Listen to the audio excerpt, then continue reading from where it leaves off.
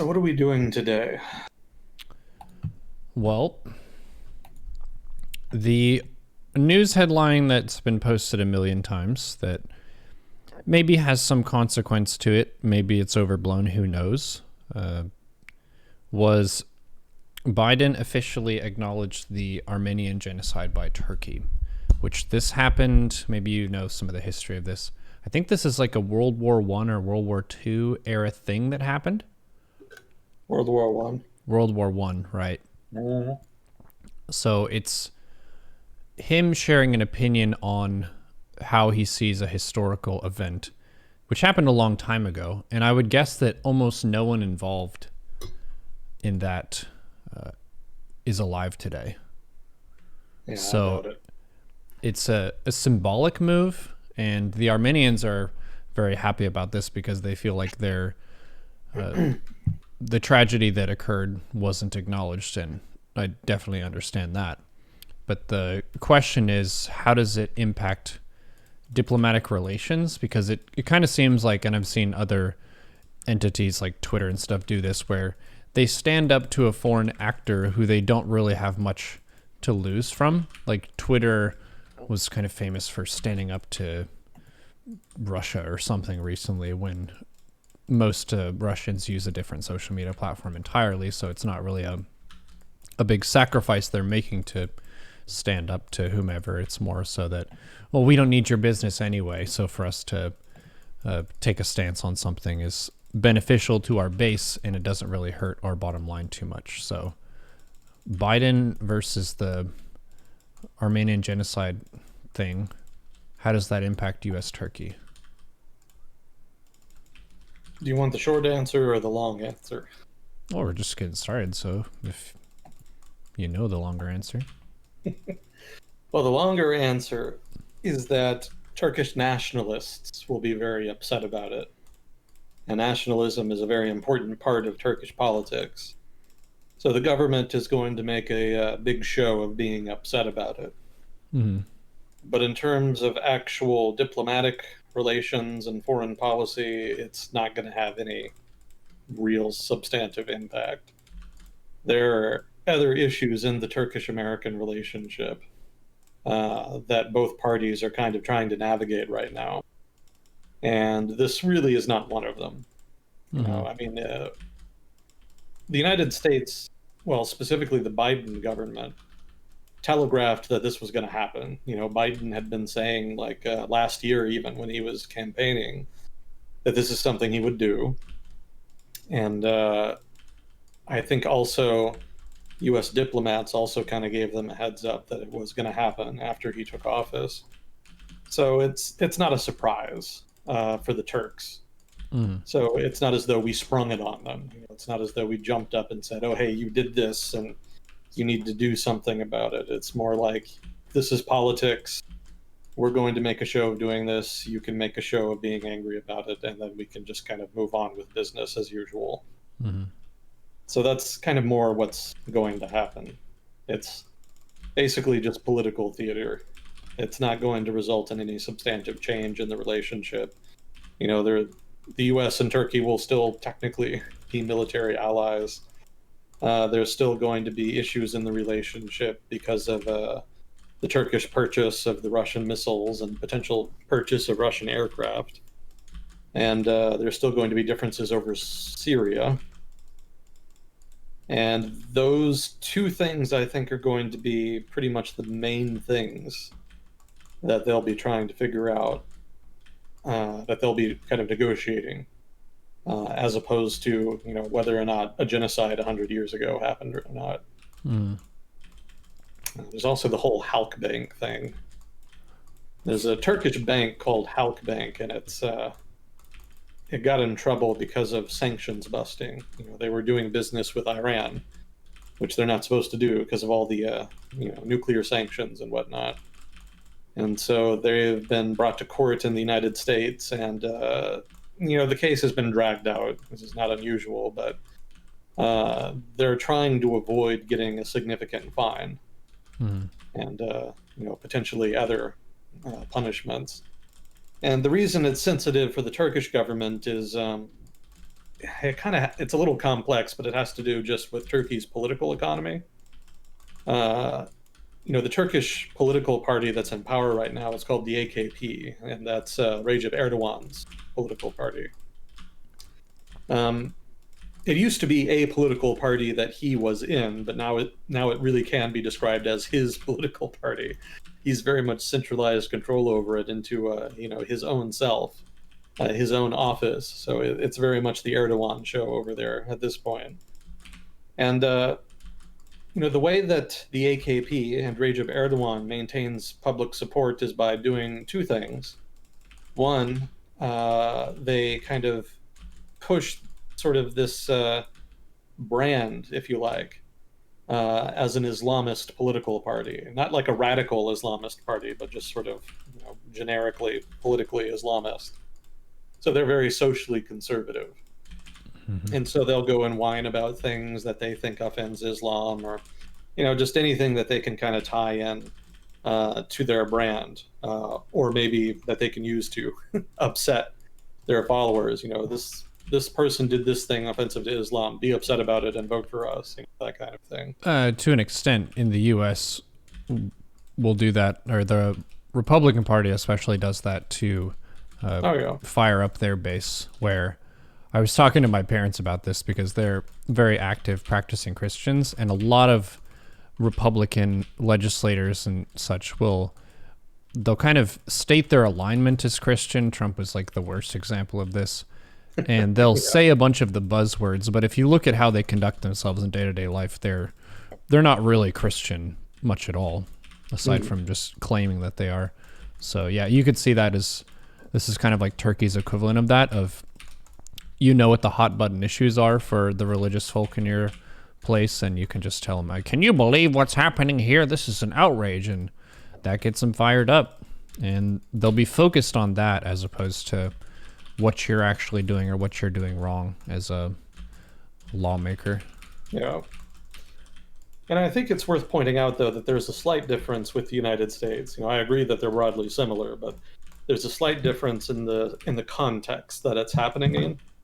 The United States has always had kind of a socially conservative streak. It just goes all the way back to when we were just colonies and whatnot. In Turkey, for much of the past 100 years, the country was run by Turkish nationalists. I think the CHP was their political party.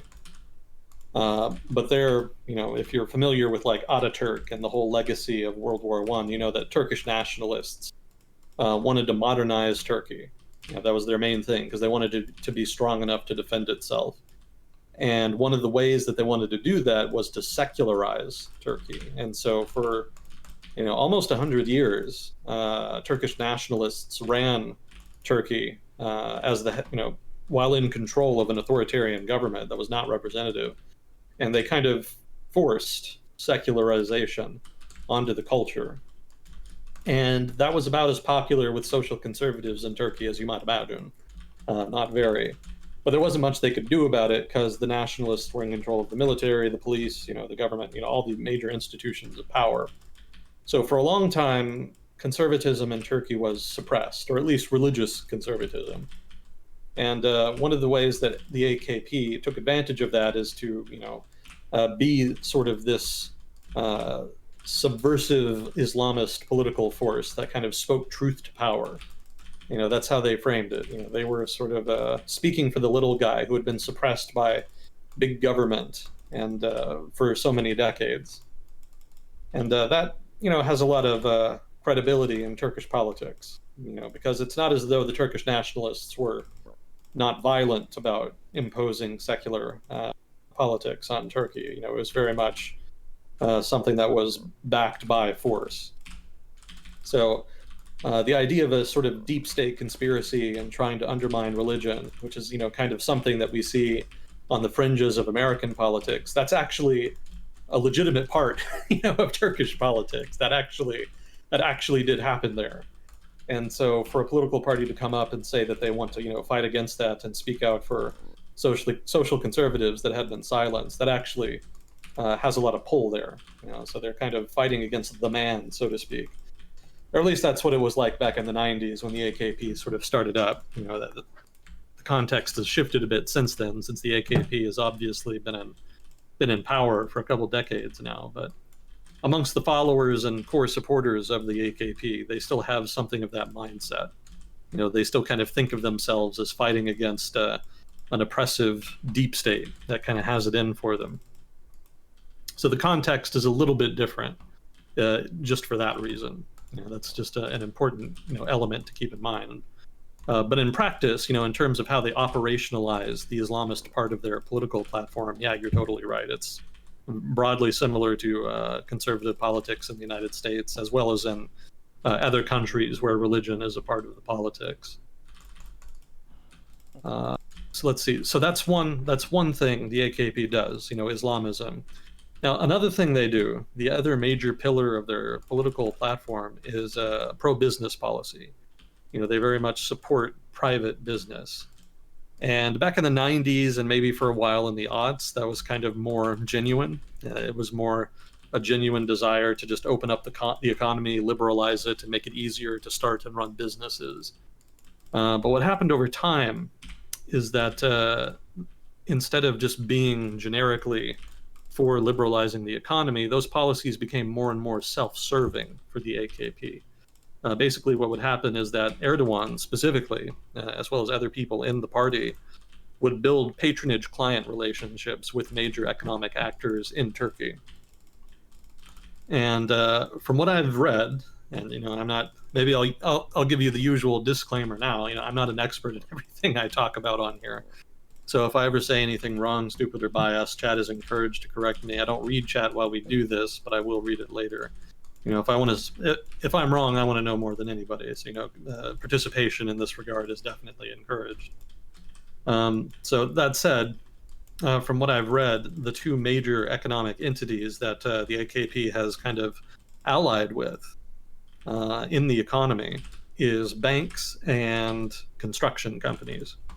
And this is one of the reasons that the AKP is so fond of these sort of large public infrastructure projects. They actually just announced another one in the past couple months. They're thinking about building a canal parallel to the Bosphorus Strait, allegedly so they can kind of get around a treaty that Turkey signed decades ago, kind of governing how the Bosphorus Strait can be navigated. But probably the government is just trying to find an excuse to funnel more money into political allies in the private sector, specifically construction companies. But that's just one example. There's been a whole bunch of major public projects in Turkey over the past couple decades. If you live in Turkey, you can probably list them really easily. There was that whole Geza, I guess I don't know how it's pronounced, Geza Park protests around the refurbishment of the old Ottoman barracks. There was the construction of that big bridge over the Bosphorus. And I'm sure there's any number of other ones that I just don't know about because I didn't read about them. But construction companies are definitely among the AKP's major allies. The political party generates revenue and projects for the construction companies, and the companies in turn return that favor by funneling money in the form of donations back into the political party, and also by encouraging the workers to vote for the party. The patronage client relationship definitely extends to the workers. All of the workers are made to be very aware of where their paycheck is coming from. So construction companies are one private sector set of allies there. The other set is, like I said, banks. And some of them are state-owned, or at least partially state-owned. But I think even the ones that aren't are kind of in the political coalition of the AKP. And the banks basically act as sort of the government's arm here in terms of financing these major construction projects. The banks will offer low interest rate loans for the government to pay for the construction projects. And that's the money that they use to kind of funnel the money into their allies. And then that money comes back to them in the form of, kickbacks, donations, what have you. So that's pretty much how that political economy works. And the banks kind of benefit from kickbacks and political connections as well in their own ways. Now, what's happened over the past year is a lot of drama over the Turkish economy, and part of it just had to do with the fact that so much money uh, was being spent on different kinds of projects that it was causing inflation. And that wouldn't have been a problem. That would have been pretty easy to solve. All you have to do is raise interest rates pretty much, and generally that'll kind of correct itself. That's the economic orthodoxy anyway.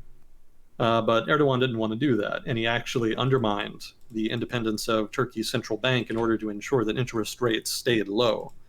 And I don't know that anybody can prove it, but basically he wants low interest rates. The suspicion is that he wants low interest rates so that he can maintain his patronage network. Again, keeping loans cheap helps the government tremendously in terms of the long-term affordability of all these projects they're doing, and they have to have a steady drumbeat of these projects in order to maintain the patron-client relationship. They have to keep that revenue flowing in order to maintain the alliances there. So because Erdogan did not allow, pretty much, the central bank to raise rates, markets lost confidence in the independence of Turkey's central bank. And there was an assumption priced into expectations about inflation that there would be a lot more inflation because the central bank would not handle it properly, according to what we would consider orthodox economics. And because of that expectation, a lot of FDI, foreign direct investment into Turkey started leaving. It fell off. There was less investment coming in, and companies and investors that had money in Turkey started selling off because they didn't want their ROI getting eaten up by inflation. And that's pretty much come to pass. The inflation has definitely increased significantly in Turkey. I don't think it's not reached hyperinflation. It's not that bad, but it has increased, and it has been hurting consumers.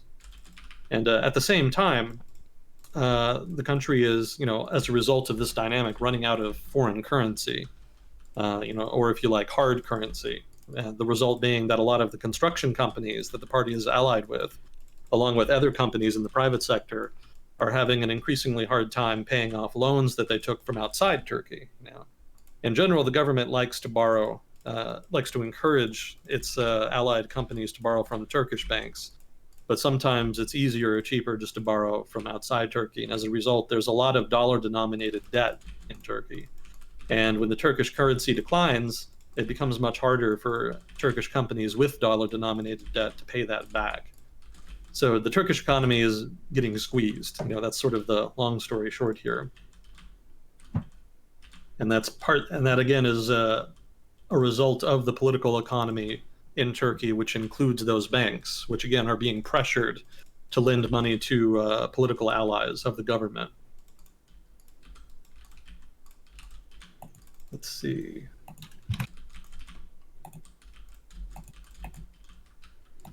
How did we get up? Oh, I was talking about, the pro-business. All right. So the two pillars of the AKP's political platform are Islamism and pro-business policies. And banks and construction companies are sort of the core components of that pro-business pillar. I'm having trouble remembering how we got onto this. Biden calls out the Armenian genocide, and I was asking about what the implications of that were. Right. And from a humanitarian standpoint, I think it's a good move, just like my personal opinion on it. Every country has been up to some shit over the course of its history. And whenever you admit the shit that your country has done that's really bad, it doesn't really go hand in hand with fervent nationalism. You could say that it gives you a more realistic sense of what your country is and how people feel about it and stuff, and that can sober you and make your people more wise and insulate you from repeating mistakes you made in the past. See Germany kind of admitting the Holocaust and what that means and stuff, and taking it pretty seriously, at least from a government standpoint and education standpoint. And this is kind of a way of calling out another country for the stuff that they've done. Here in the United States, there are things that we can be called out for as well. So it's all kind of that process of calling out stuff that's bad and sometimes pulling things out from under the rug that tried to be avoided and not talked about. Yeah, valid points. So I remembered the point I was trying to make. I was talking about Halkbank. So Halkbank is one of those major allies. It's a bank, as the name implies, and it's a major ally of the AKP party in Turkey. So if the United States government, well, more specifically the U.S. justice system, ends up targeting Halkbank with fines and potentially sanctions, that would definitely hurt a major financial institution allied with the party. So the party obviously is not going to like that. So that's kind of a particularly sensitive point for Recep Erdogan. So that, I would argue, is actually a much more important issue in the relationship between Turkey and the United States than recognizing the Armenian genocide, as well as the other issue I talked about, the S-400, the Russian missiles they bought. That would be the other major thing, and then Syria. So Russia, Syria, and Halkbank are the key things, the key issues in the relationship. And the Armenian genocide thing isn't really going to pass muster there. It's not going to be, I think, a significant issue going forward. Well, it does seem like more of a one and done. Like you state what your opinion is on a historical event, which has some short-term potential gains, short-term potentially you piss some people off, but it's not something that's actively happening. If it were, say, Biden takes a stance on the Uyghur situation in China, that would be more of like there's stuff that's actively going on, so your stance probably matters more in the direct relations. Mm-hmm. Something else to keep in mind is that Erdogan's party has kind of been struggling in the polls a little bit. You know, they're still pretty strong, but they've been falling. And they lost the election for mayor of Istanbul, I think a year or two ago. I don't remember exactly when it was. And that was considered kind of a major litmus test of the government's popularity. So some of that is down to issues with the party maintaining its patron-client network. You know, because they're struggling with funds, it's a little harder to maintain loyalty. And also it has to do with the fact that Erdogan kind of has made the party about him rather than, you know, anything else. So there have been some major defectors from the party who have joined other parties or even started their own. So in general, the party is kind of feeling a little bit of pressure, and one of the ways that they've responded to that is by just constantly trying to deflect attention onto these sort of bullshit issues, you know, pretty much. You know, they try to distract people with culture war type stuff, you know, just anything that they can think of. I think one of the more recent ones was the appointment of a political appointee as proctor of a university. I don't remember which university it was. I think it was in Istanbul. But there were a lot of student protests over that because, you know, it probably won't surprise you to know that college students in Turkey don't like the AKP. That's a pretty common theme in most countries, that college students are not big fans of the status quo. So it's pretty common to see protests among that particular cohort. So they were protesting against him, and it was kind of a local thing more than anything. But the government went out of its way to publicize it in allied media outlets. So they tried to turn it into this big culture war wedge issue, where they were trying to point out, yeah, you know, all these students were un-Islamic and that they hated Turkey and that they were agents of the West. And, you know, there was just this whole spiel that they did in major media. And it lasted about a month or two. And then the Turkish government kind of moved on to the next issue. There's always something going on in the Turkish media cycle. And there has been for a couple of years now, while the government tries to, you know, deflect attention from other pressing issues in the country's politics. So this, what we're talking about now, you know, this genocide issue, the Turkish government will try to exploit that in this vein. You know, they're going to try to focus attention on it in allied media outlets and try to turn it into sort of this contest between the West and Turkey and arouse suspicions and nationalist fervor. And then they'll just kind of forget about it in a couple weeks and move on to the next drama. Again, this is all probably pretty familiar to people who live in the West, the United States in particular, kind of politics as usual here. But that's all just a long-winded way of saying that it's pretty much just political theater. Mhm. It's not going to add up to much.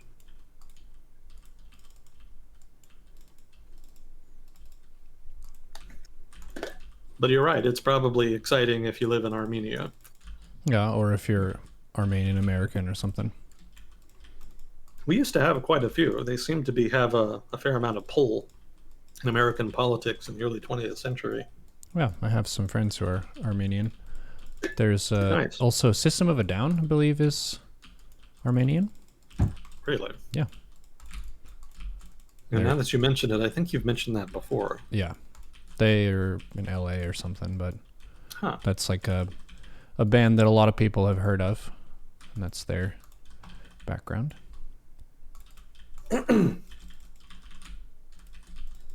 Well, certainly Armenia could use some good news. They lost a war last year, and nobody likes losing a war. We talked about that a fair bit. Yeah, I think as far as the genocide itself, I think it did. I want to say it happened during World War One, but I could be wrong. People in the chat It were was- saying 1920s, which does sound to be about accurate. 1920s, okay. Yeah.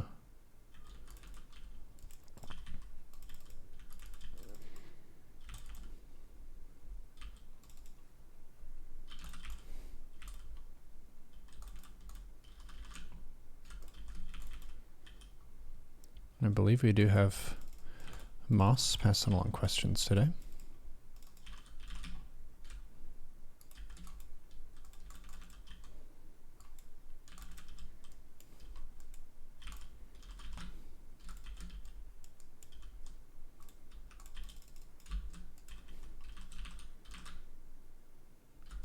Does in the queue mean he's seeing the questions now? So we have a Discord channel where the questions are pasted. Then he kind of gets to them on his own time as we're moving through the conversation. I was responding to the chat. Someone was asking how the question queue system works. Oh, sorry. But yeah, it was kind of just sort of preying on people as they were forced marched through Turkey using sort of these you would probably call now gray warfare or asymmetric warfare.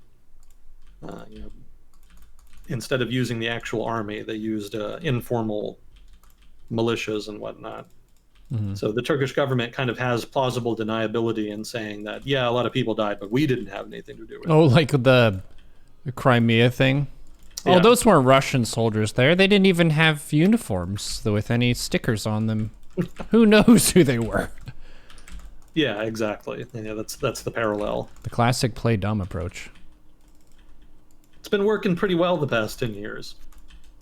Gotta say. We didn't know nothing about nothing. It seems to be the stratagem of choice these days.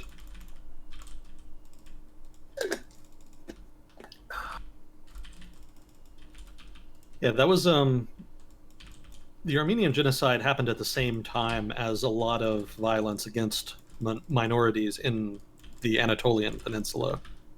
It was not like it wasn't like they were the only group targeted. Turkey, or maybe I should say the Anatolian Peninsula, used to have a pretty large number of ethnic minorities. But after World War I and I guess the 1920s, the ethnic geography of the Anatolian Peninsula was significantly homogenized. A big part of the politics of Turkish nationalism in the early 20th century was trying to create a homogenous national identity, amongst the entire population. And one of the ways they did that is by, targeting or expelling ethnic minorities. The Armenians were more terminated than they were expelled, but with the ethnic Greek population, they were more expelled than terminated. And there was actually a corresponding expulsion of ethnic Turks from Greece at the same time, as I recall. And amongst those people who were an ethnic minority who stayed in Turkey through all of this drama, most of them were forced to speak the Turkish language, not allowed to learn their native language, and also they were forced to change their names, generally. such that it can be a little hard to tell who's actually descended from ethnic minorities because of these assimilationist policies that were forced on the population. Now you look at Turkey and it seems very homogenous, but uh, the suspicion is that there's actually a pretty significant number of people there who are descended from non-Turkish ethnic groups.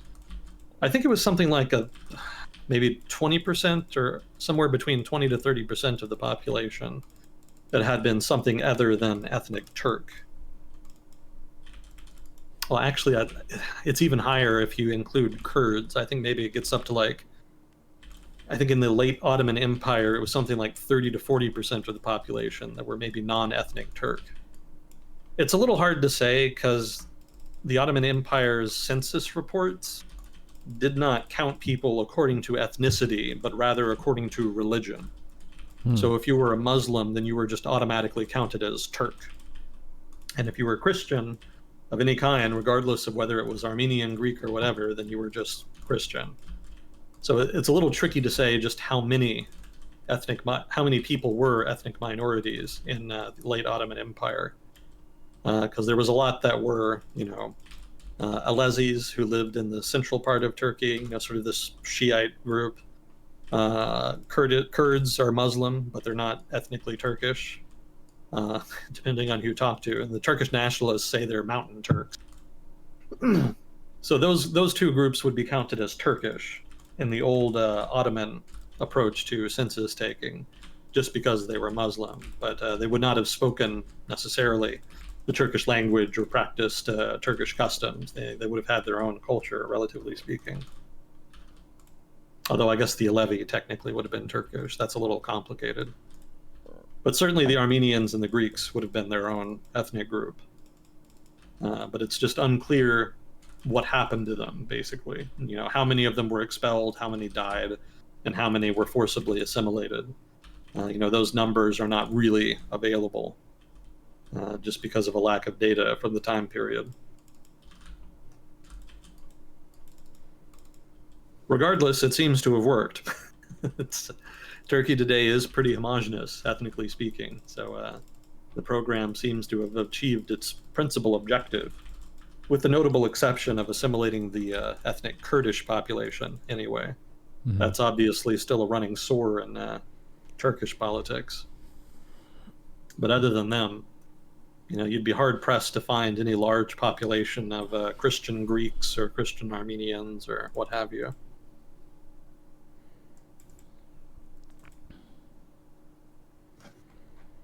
Yeah, it's interesting thinking about the value of diversity, and I think part of the reason why you would have a motivation like that is it's more difficult to move people in the same direction if they have different opinions on things. So the example here is you have Christians and Muslims, and they don't always have the same goals for what the social rules should be. They don't have the same opinions on how and where you should worship and all that kind of stuff. So it's a lot harder to distribute propaganda if you have people practicing different faiths and having different customs and that kind of thing. But I think it's one of those, maybe it should be universal discovery that genocide is extremely bad and one of the worst things that could possibly be done. I don't know, Neuro. It's kind of making a comeback. Yeah, that's sort of what we have talked about with progress, and how progress isn't like a gradual trend of improving circumstances. It's more of like a squiggly line where you have a big burst of forward progress, which usually comes after a trough of really bad treatment of people. Mm-hmm. So like the civil rights movement and stuff will be a point where the U.S. made a leap forward, and then a lot of times the bad stuff that was happening just starts to creep out in different ways, and then there's a response to that. Like, if I could make an example, the George Floyd situation, the trial that happened recently, and the different protests around that are in response to unfair treatment of Black Americans by police, and how that is an issue that is systemic because since there are racist people in the country, there are racist people also in the police, and the way that they distribute justice is not fair. An example would be the chances of me getting pulled out and shot for a traffic violation like speeding as opposed to a person of color. It's not a fair game, so to speak. And that's something that's happened after the progress that was made in the civil rights movement. And you could say that the pursuit of fairness is going to be ongoing for the foreseeable future. I don't really see us achieving like perfect justice and perfect fairness and that kind of thing. And it's even harder since people have different opinions on what constitutes perfect fairness. But yeah, it's going to be pretty hairy for a while. Let's put it like that.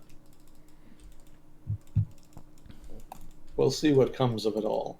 Hopefully some improvements. If not, future military historians will at least have something colorful to talk about. Yeah. I don't think they'll be running out of news and history anytime soon.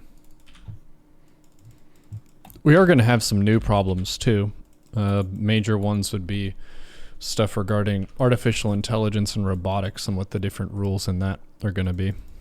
To an extent already, we have questions about self-driving cars and what rules should be packed into those. So we have an entire new frontier of ethical questions.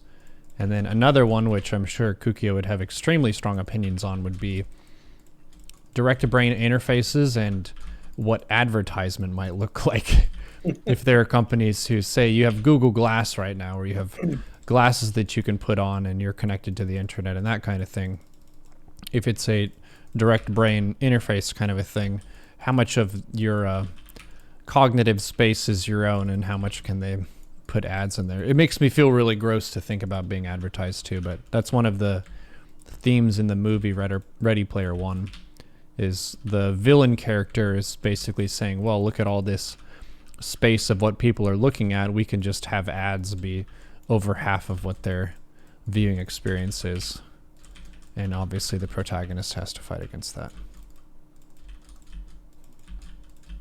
Yeah, technological change is happening pretty rapidly. It's definitely got well ahead of corresponding social norms, which is why I think the internet is so wild these days. It didn't used to be. Well, that's a lie. It was always pretty wild. But well, it was wild in a different way. Yeah. Now, since there's just more stuff on the internet, you have to be louder to get attention. Whereas before, there was less stuff, but there was also more freedom of what kind of stuff could be there. There wasn't as many rules. We've had our own story of this on Twitch and what you cannot show or say on stream, and how there's a moving line, basically, of what is allowed. And that changes based on people's complaints and bad stuff that happens. For a funny present question for us, it's what's called as the hot tub meta. Have you heard of this? I don't think I have. So there's a rule on stream. You may have remembered back in the day I used to stream with no shirt during the summers in Texas because it's very hot. And they made a policy change that said you can't do that anymore. And then now there's a rule unless you are doing something involving swimming or a pool. And that means that, okay, if you're in a hot tub or if you're at the pool swimming laps, you can be in a swimsuit. That all makes sense. That's fine. Where is the line for that when you could just have a little plastic blow-up pool in your own place where you're basically just sitting there doing the same content you were before, but now you're allowed to wear a swimsuit and show a lot more skin? That's kind of an open question of like, where is the line that Twitch is going to decide this content is acceptable and appropriate for our platform, as opposed to is this not really the kind of website that we want to be. And that's a wrestling between personal freedom for the streamer of what is the streamer allowed to do versus the platform and their brand of what kind of streaming site are we presently. There are different words that you're not allowed to say anymore. A lot of slurs are a no-go. There was a a ban wave a while back where the homophobic F slur was made against the rules. There are other stuff like using the R word for people with mental disabilities or whatever. That's not a bannable word, but if you're like saying that over and over and over again, you could potentially get in trouble. And then we also have policies now about your off-platform behavior, where if you're doing stuff that's very nasty in their opinions, off-platform, specifically like being involved in hate groups was the one that was recently brought up, you can also get banned. So it's at a point now where pretty much everything is connected from a creator to off-stream person perspective. Like, you should be professional around the clock, basically. You should be compassionate and follow the principles that they're going for and that kind of thing. So Twitch, I think, has a pretty left-leaning stance overall. Oh, really? Yeah, socially speaking. Very inclusive, very supportive of LGBT creators and trying to give them visibility and that kind of thing. But then you have the hot tub meta question, Yeah. which is an interesting aspect. And I'm all about the creators having freedom to make the content that they can make, and it's up to Twitch to decide where the line is and what the rules are. And then finding consistency and enforcement is another big question too, because the more money you make, the less enthusiastic they would be about banning your channel, basically, because the money that the streamer makes, a percentage of that just goes directly to the site. So if you're a low earning streamer and you break the rules, you don't have as many idiosyncrasy credits of bringing revenue to the site as someone who's a smaller content creator and breaking the rules at the same time. Kind of like, I guess we have this on a human level. If you're a really good kid growing up and you do something bad, you're more likely to be forgiven than if you're a kid who's doing bad stuff constantly. Mm-hmm. I have a personal example of my dad's Jeep Wrangler. Ah, yeah, I remember that. Yeah, so my parents moved to France for dad's work, and I had an 86 BMW, which is a working vehicle and a fine vehicle. My dad had like maybe it's a 2006 Jeep Wrangler, and he said, well, you can just have this while we're in France, and we're not going to take this across the sea. We'll just get a new car over there. So they let me have it, and I was taking the SATs one day with some of my buddies from high school, and I did really well, and I was really happy. My friends were feeling good about their tests and their score as well. So I said, well, do you guys want to go off-roading? They said, hell yeah, let's go off-roading. And my dad had taken us off-roading before, so it wasn't like I just thought of this idea. The Jeep Wrangler is kind of known for that. And so we go off-roading, and we get stuck in some mud, and we can't get it out. We try to get out and push. No avail. The wheels are spinning. We can't get any traction. It's very, very muddy. And this big-ass Caterpillar thing, huge construction vehicle that has wheels that are maybe 8 to 10 feet tall, just a monster thing. He's there just driving through doing his work, and he says, y'all need some help? Yes, sir, we do. So he hooks up a big old metal hook thing and pulls us out of the mud. And if you're a young man in this situation, you have just discovered that you're invincible and that nothing else can go wrong because you've been in a really tough spot and you were saved. So I let my friends drive the vehicle, and they went over some of these mesquite trees, which, you know, living in Texas, they're kind of, if a bush in a tree had a kid and it was in the middle, it would be a mesquite tree, because it has its like trunk is on the ground and the branches are kind of coming up from the ground. So if you're in a Jeep, you could drive over a small one of these, and a few of those were driven over, and the whole branch and trunk was in the undercarriage, and that caught fire, and then the whole thing caught fire, and we had to run, and it exploded and all this. And this is kind of a story format example of saying, well, because I was a good kid for the rest of the time and I didn't do too much bad stuff growing up, my father had the goodness in his heart to forgive me for blowing the bejesus out of his Jeep. it was reduced to complete ash and cinders. It got wheeled through the Jeep dealership, and everyone was aghast, and I received many condolences. I felt horrible about it, and I ended up taking responsibility and saying that I was the one who was driving it, just for, I don't know, protecting my friends, and also I think for insurance purposes it made more sense to me to claim it as my mistake. But it's something that we joke about now at the dinner table, but because I did other stuff that was good as a kid, I had really good grades, was at the top of my class, went to university 2 years early, I never swore, was trying to be a good kid and that kind of thing. That was all in my favor. If I was a bad kid, flunking out of classes and doing drugs and stuff like that, I would guess they would be less forgiving and probably not trust me with the Jeep to begin with. But to that extent, if you're a really high earning streamer, you have more wiggle room for making mistakes, and the rules can be bent a little bit more in your favor. Gotcha. Well, I guess that all just illustrates how difficult it's going to be to moderate content as the internet sees more and more people using it, and as the user base grows. And those kinds of judgment calls are just going to get more and more difficult. Yeah, the sheer amount of content it seems impossible to manage now too. A lot of big websites like Reddit get in trouble for having nasty stuff on the platform, but there's so much stuff there. Like, how many people would you need to hire to make sure that you never get a bad post? And are there ways to like automatically remove stuff? It's really, really tough as a task to manage. Yeah, those are definitely going to be the questions that define the internet in the future.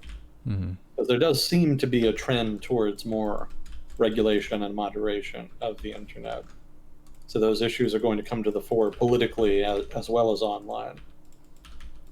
I've been trying to take notes on different manifestations of the rise in demand for regulating the tech sector and the internet. And I'm going to try to put it together into something I can present either for you or in a podcast.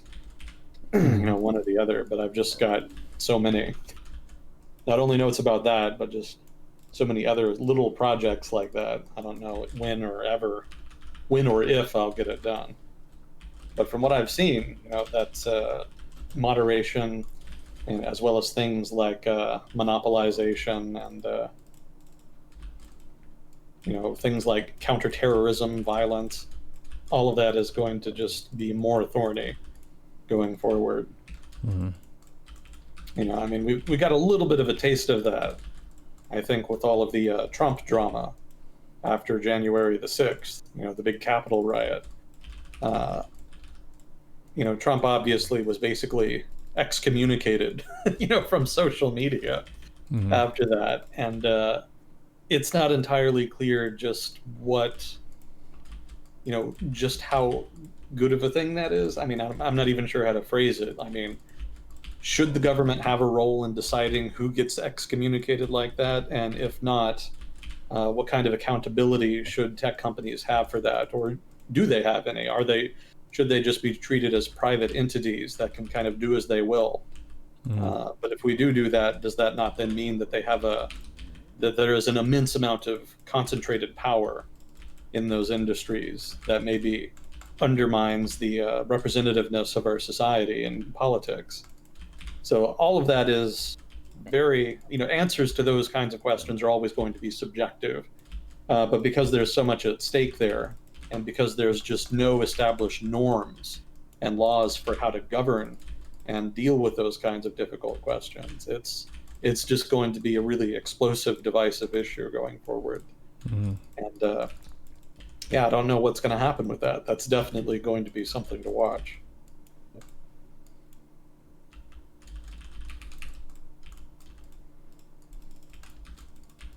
Fun side note, the opponent that I'm facing in this game is a map hacker who posts his hacking games to YouTube.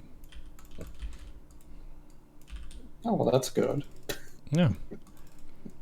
They have had a lot less enforcement of stuff like that since the team of Blizzard was cut down pretty substantially. So you can report someone like this, but yeah, it's not really something that's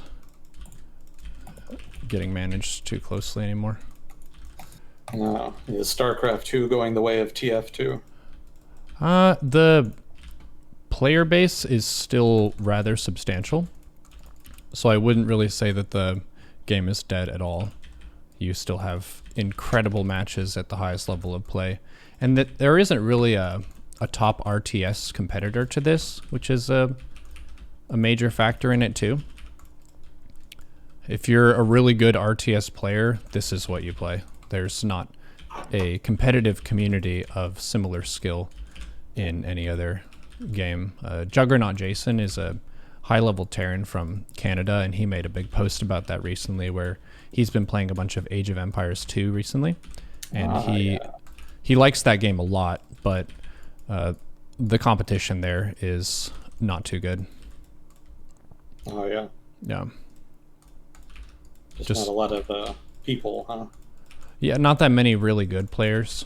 And he was saying that a bunch of people have a computer they got in a McDonald's Happy Meal or something, so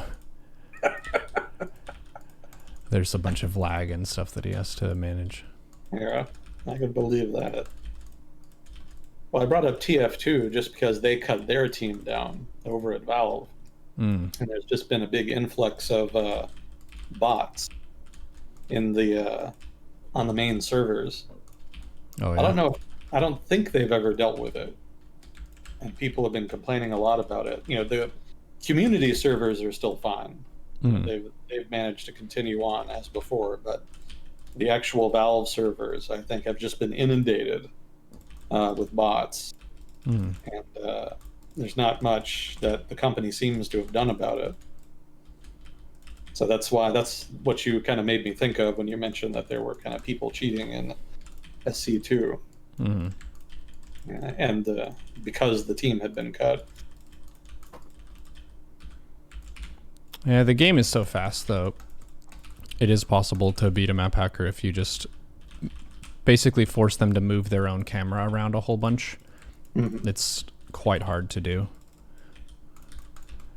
for the map hacking player, because they don't really put as much work into their mechanics and stuff. It's more about they can always see what you're doing. So like this guy, he always has units in position to block my attacks, which is pretty funny.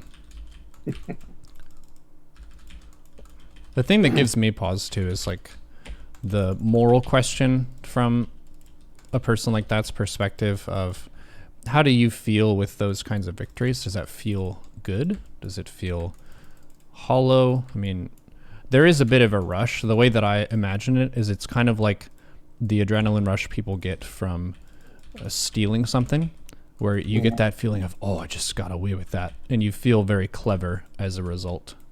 Because some people are more about the sanctity of single combat and how that's a beautiful thing of two people facing off in battle against each other and getting to see who's the better competitor.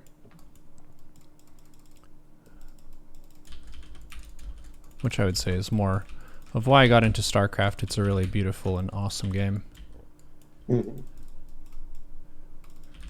Have you ever heard of Sins of a Solar Empire? No. That kind of straddles the line between 4X Builder and RTS. I think it's definitely more RTS than, strategy game. It's not turn-based. It's real time. And, you build up your base, you expand, it's got all that kind of thing in it. But it's definitely got more strategic elements to it than something like, a StarCraft or a Command and Conquer or something like that. I almost got it for you back when I was getting you sort of the 4X experience. But I think I missed the Humble Bundle. They actually had it for sale on Humble Bundle or something, but I missed it. And not by much either. But yeah, that could be something that you would like. I think the issue there is kind of similar to what you were talking about with Age of Empires. I don't know that the player pool, the player base for the game is very large anymore. So I don't know how competitive the multiplayer would be, or how entertaining it would be. You could still do single player. They don't have. I don't think they have any campaign mode or anything like that. But you can kind of set up a multiplayer game with bots and stuff, and that can still be pretty entertaining, from what I remember. That might be something you like. You might Google it sometime and see what you think.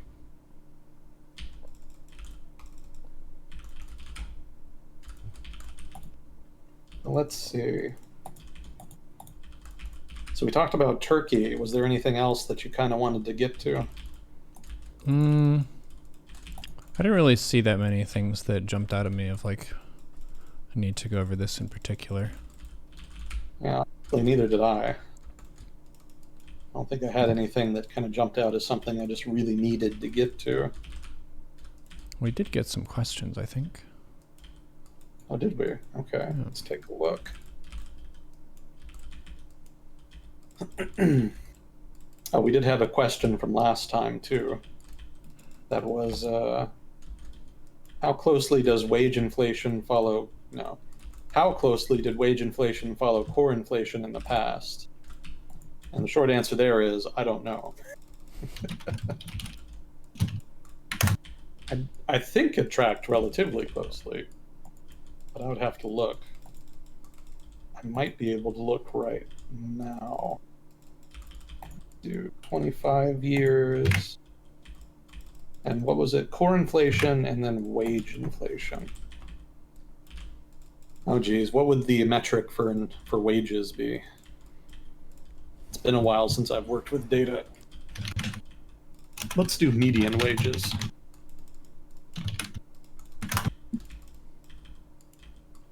Let's see, median BLS. Oh, I need a graph though. I want to try to work with data more. You know, that's a skill that's a marketable skill that I kind of need to brush up on, because that could be something I use in like a private sector capacity. I've just been focused more on like proofreading and, you know, commentary on here. That's kind of been more the emphasis. And that could also be something cool I do for the Patreon, if and when I ever get that running. I could do just some light data stuff for contributors. Here we go. St. Louis Fed.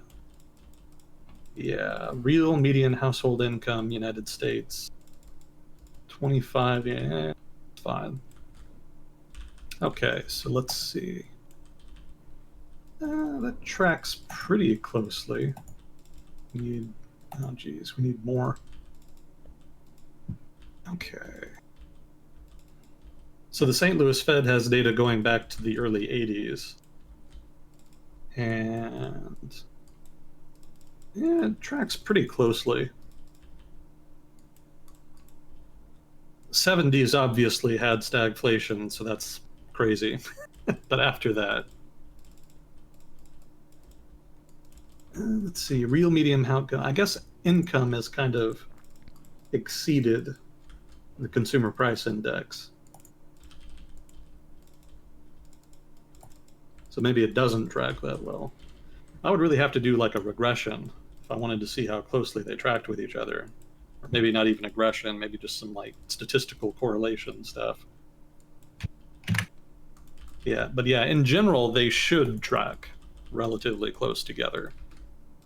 You know, obviously there's going to be different things that affect each individual metric, such that maybe they don't correlate perfectly, but in general, they should roughly correlate with each other. Although that kind of leads into a whole conversation about missing inflation, which we've had before on here. So part of the mystery there may be that there's been a detaching of wages from inflation for whatever reason. So that could also be a reason for any lack of correlation that may have occurred in the past 10, 20 years.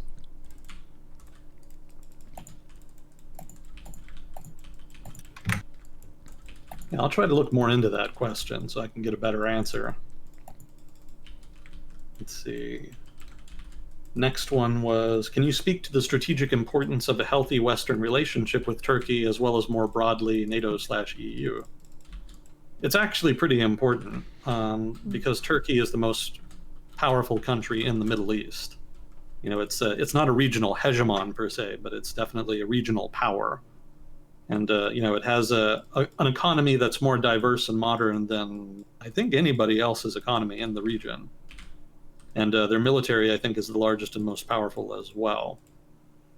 So that being the case, they have a lot of influence in the Middle East, and obviously the United States, whether you agree with it or not, defines its interests to encompass regional security in the Middle East. So long as the United States has a vested interest in maintaining stability in the Middle East, Turkey is going to be an important partner. Because if they want to, they can definitely destabilize the Middle East if they really wanted to. So kind of being on the same page as them, working together with them rather than against them, definitely helps advance stability in the region. So it's pretty important in that regard, if only for that reason. Also it's an important regional ally against Russia, in so much as Russia is a problem. I don't know that it really is all that much, but in so much as Russia is a security issue, Turkey is an important partner to have, because a lot of Russia's natural gas is sold to Turkey as well as moves through Turkey, through pipelines that were constructed through Turkey. So Turkey has some influence over Russia because of that, economically speaking. And on that count, they're an important ally because that influence can be used on behalf of the West for whatever issue. Also, there's the whole immigration thing, although that's not really United States specific. Millions of Syrian refugees moved through Turkey traveling to Europe, and I think everybody recalls that Europe did not really handle that very well.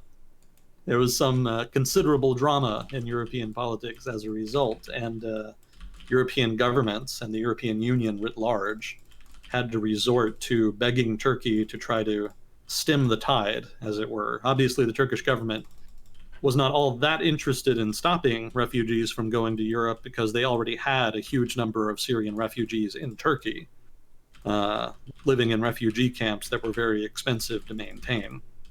And there's also, actually, we were talking before about some of the reasons the AKP has been losing popularity in Turkey. One of the reasons has been refugee camps. Refugee camps are not politically popular, and they've become less and less popular over time.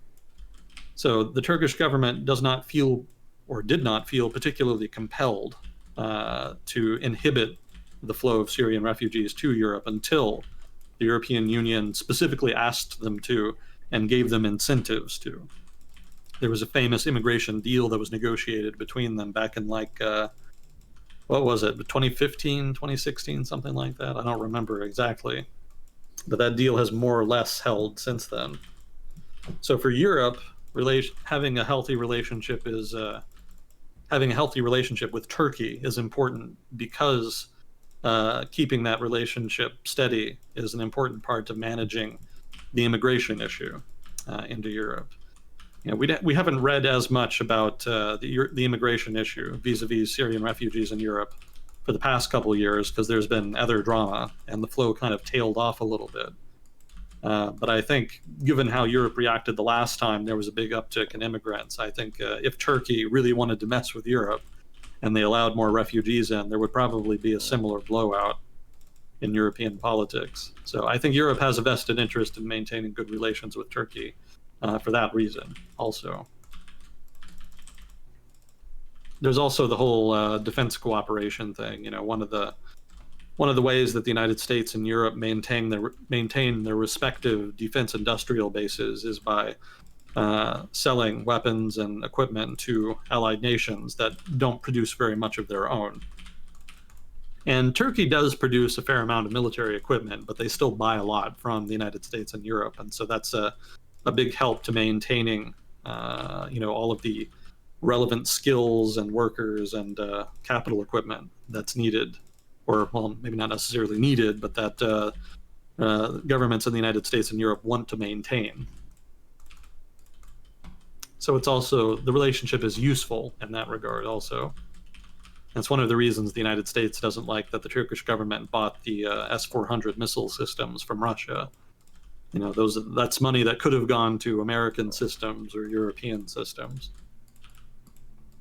Although the United States says that it's concerned not because of that, but because of intelligence issues. They're worried that critical information about the F-35 will be compromised if Turkey deploys a Russian missile system. They're afraid that the radar equipment involved with the missile system will gather information about the fighters, and then that'll somehow end up with Russia.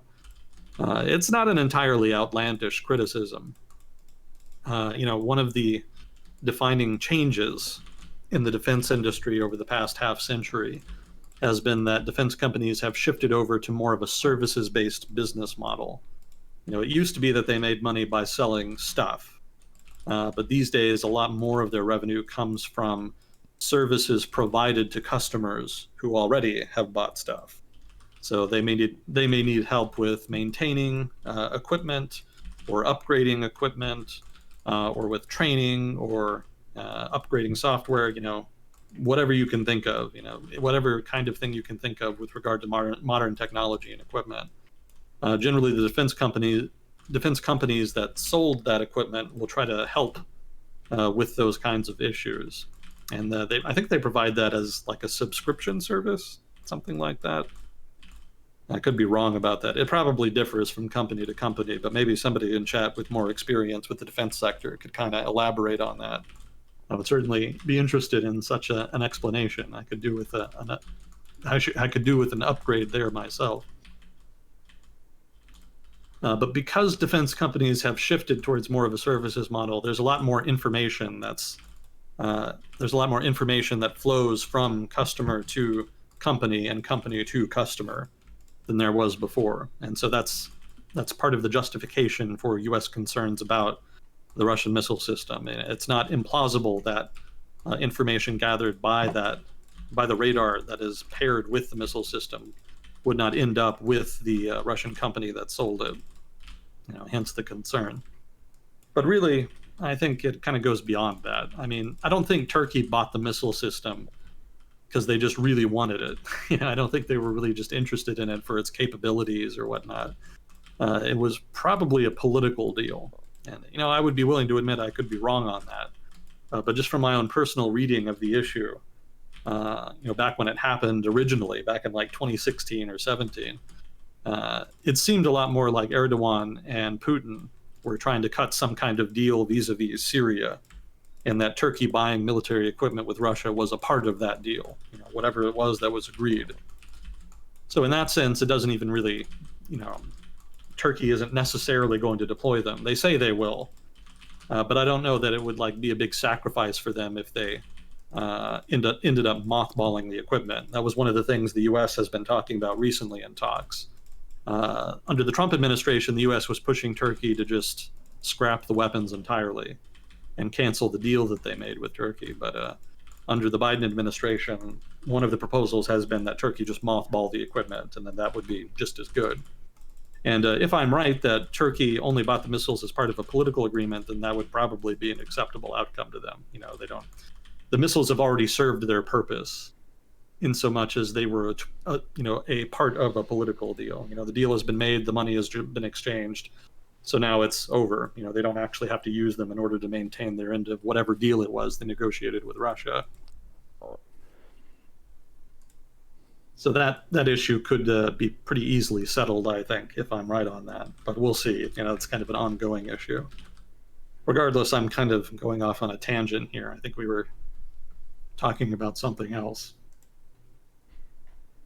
Here in World Discussion with Agent Smith, tangents are what we're best at.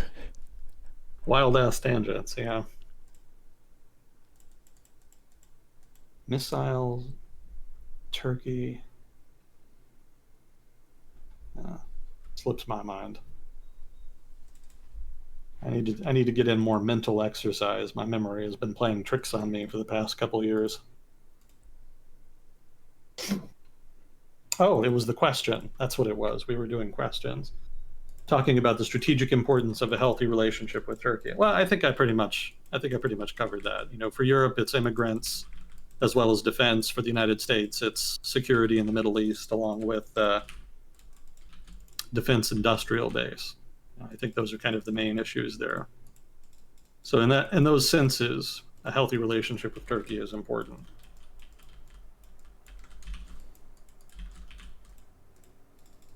Let's see. The next question was, since Biden recognized the Armenian genocide, do you think Biden will apologize for the U.S. using nuclear bombs on Japan? No. That's the short answer. No, definitely not. Again, it's all just political theater. I don't think the Turkish government is just really going to care that much. They'll probably just.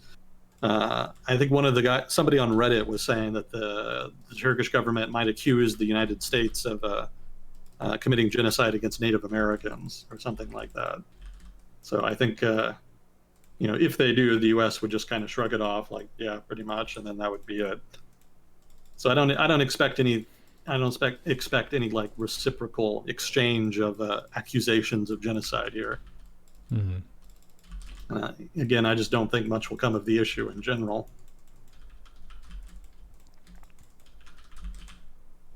Let's see. So the next question was, because of U.S. government officially accepted genocide, is that true? Turkey has to pay a compensation to Armenian people or Armenia government? No. I haven't read anything to that effect anyway. Maybe I missed something, but as far as I know, no. There's no obligation that Turkey has to meet on that count. If they did, it might help relations with the United States. Certainly it would help relations with Armenia. But I don't think anybody's really going to pressure them to do anything like that. I mean, like kind of like what Neuro mentioned from the start, pretty much all of the people who were involved in that are dead. I mean, and not just because they were killed in the genocide. The survivors as well have kind of aged out. And they died of old age and whatnot. So there's not a lot of there's not a lot of actual participants who are still alive, and I don't know how easy it would be to identify the descendants of those people. Right, and the perpetrators as well. Yeah, would also have just died of natural causes by now. Yeah, but if we're thinking about it from the perspective of, say, you're a young Armenian, maybe you know a grandparent who went through that. So for those people, it's a huge victory. You've basically had this really troubled past in your family that was very unfair and then also denied later on. So that can feel really isolating. So from like a how it feels perspective, probably feels good for Armenians to have that trial that they went through acknowledged. Yeah, I'm sure it'll make the rounds in Armenian, media, but I don't think, I don't think the victory will last very long. The sense of victory will last very long, because it probably won't take very long for, whatever new manifestation of Turkish nationalism to manifest that they find offensive in some way. Keep in mind, Turkey backed the Azeris in the war that Armenia fought with them last year, and they played a pretty important role there. So it's nice that it's nice that somebody, maybe not Turkey, but that somebody recognized that the genocide happened. But yeah, it's not, the overall situation in the region is not any better for them on account of it. So it's probably going to be a pretty fleeting victory for them in that sense. But yeah, I don't think Turkey is going to have to pay compensation or anything like that. Let's see.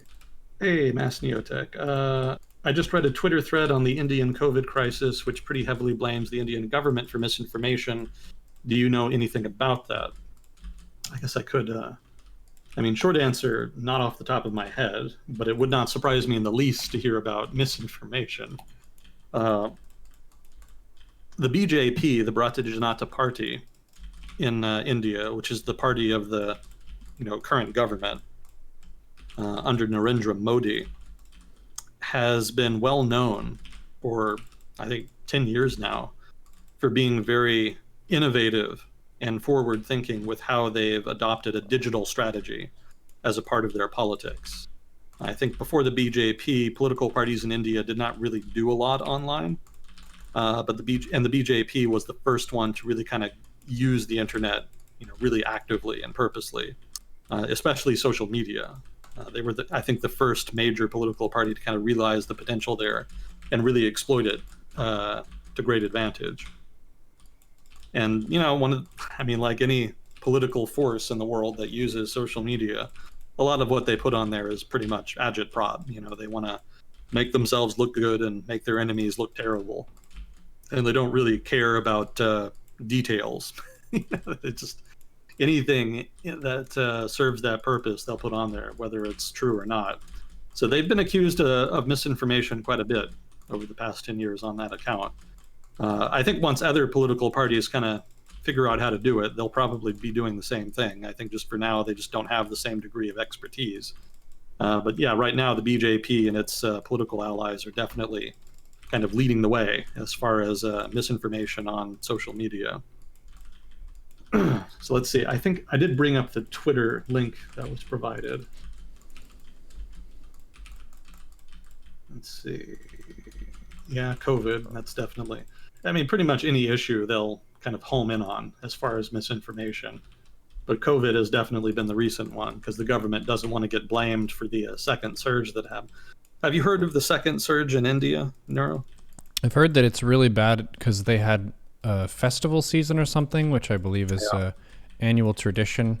And well, not quite actually, and it's pretty cool. That well, I shouldn't say it's pretty cool because it's kind of contributing to the crisis. But the festival itself, it's actually a single festival called. Well, you're right that there is like a season for festivals, and that's part of the problem. But there was one big festival that was a big contributor, and it was called like Kumbha something. I don't quite remember the name, but it's actually a festival held once every 12 years, and it involves just huge numbers of people coming to the Ganga River specifically. I think there's like a specific location along the Ganga River that they hold the festival. And there was Ganges? sorry, what? Ganges? Well, yeah, the Ganges. I guess those are the same thing. One is the Americanization of it. I might be mixing it up with something. Well, I might be wrong too. I don't know. No, I think you're right. I think it is Ganges. I think you're right. Chat, please help. Yeah, please help. But yeah, that festival is held once every 12 years, and it just happened to fall, this year, which is just bad timing pretty much. But it's actually a really cool festival if you want to learn more about it. When it's not contributing to a mass pandemic, it's a pretty neat artifact of Indian culture and Hinduism specifically. But yeah, you're right. That was a major contributor. The Indian government hasn't always handled the crisis very well. Just in general, they kind of did pretty well. Like in 2020, I remember talking about it back when the pandemic was still kind of in its first couple months. And I was saying that India was going to get hit really hard because I didn't think that they had the healthcare capacity to really handle something as big as COVID. And I figured that they would probably also have problems with misinformation and problems with just making people aware of how to handle what would you call it, a pandemic like this, basically. So I ended up being wrong about that. They actually did pretty well in the first year. And the first wave was pretty manageable. Maybe it could have been better. There's definitely room for criticism, but in general, they overperformed expectations. Or maybe I should say exceeded expectations. But in the past couple months, they've been just hammered. It's just, and the problem, besides the stuff that you and I just mentioned, the festivals and the management and whatnot, there's also the fact that there was new strains of COVID, specifically a new strain that emerged in India, and it was kind of a weird strain. I was reading about it. It wasn't like a normal mutant strain. It was like some kind of merger of different mutant strains, something weird like that, some kind of unholy union, and the result was more contagious and more deadly than the original. And I think that also is a major contributing factor to the second wave in India happening right now. Mm-hmm. So there's definitely a variety of determinants, but in general, the outcome is just that the numbers are just huge. Just huge numbers of new infected announced every day, and huge numbers of deaths. And have you heard about the oxygen recently? No. Oh yeah, there's shipments of oxygen or something. For more hospitals? Specifically, they're running out, yeah. Hospitals are running out of oxygen, and a number of them already have explicitly run out. they were not prepared like at all. They did not build up their capacity to produce oxygen for hospitals, and as a result, they're seeing massive shortages. And I mean, the logistical system in India is already kind of suspect anyway. Even in ideal circumstances, that isn't helping either. But just the huge surge in demand from the explosion in cases has just completely crippled their oxygen supply. They just can't meet it at all. And so there's military aircraft that have been appropriated to try to fly oxygen to remote locations, and they're begging different countries to try to donate oxygen. I think I can't remember where they were getting it from, but there was like several oxygen producing factories, maybe not factories, but equipment. In fact, a bunch of oxygen producing equipment was flown out to India. Maybe it was from the United States, but I don't have it like the notes in front of me right now. But just anything and everything they can do to try to get more oxygen into India, they're doing in order to try to meet that demand. But that just illustrates just how stretched they are. That they're having to resort to those kinds of desperate measures. Yeah, it's definitely gotten really bad. One of the little factoids that I encountered when I was reading about it, so many people are dying that I think, what would you call them? What is it when you burn a dead body? Cremation. Cremation. Thank you. It slipped my mind for whatever reason. So there are places that you go when you need to have somebody cremated, and at these places, they're reporting that some of their equipment is melting because they're having to burn so many bodies. That's just like the scale of how many people are dying right now. So it's just been such a huge increase that it's stressed all manner of institutions, not only the healthcare sector but also the cremation industry, it seems, as well as the oxygen industry and all other peripheral related industries. So that's kind of what's that's not kind of, that is what's happening in India right now. That is sort of the main event in India at the moment. So it would not surprise me if the Indian government, and specifically their political operatives, as it were investing a lot more in social media activity in order to try to counter the bad news. Let's see. Trying to look at this Twitter thread here.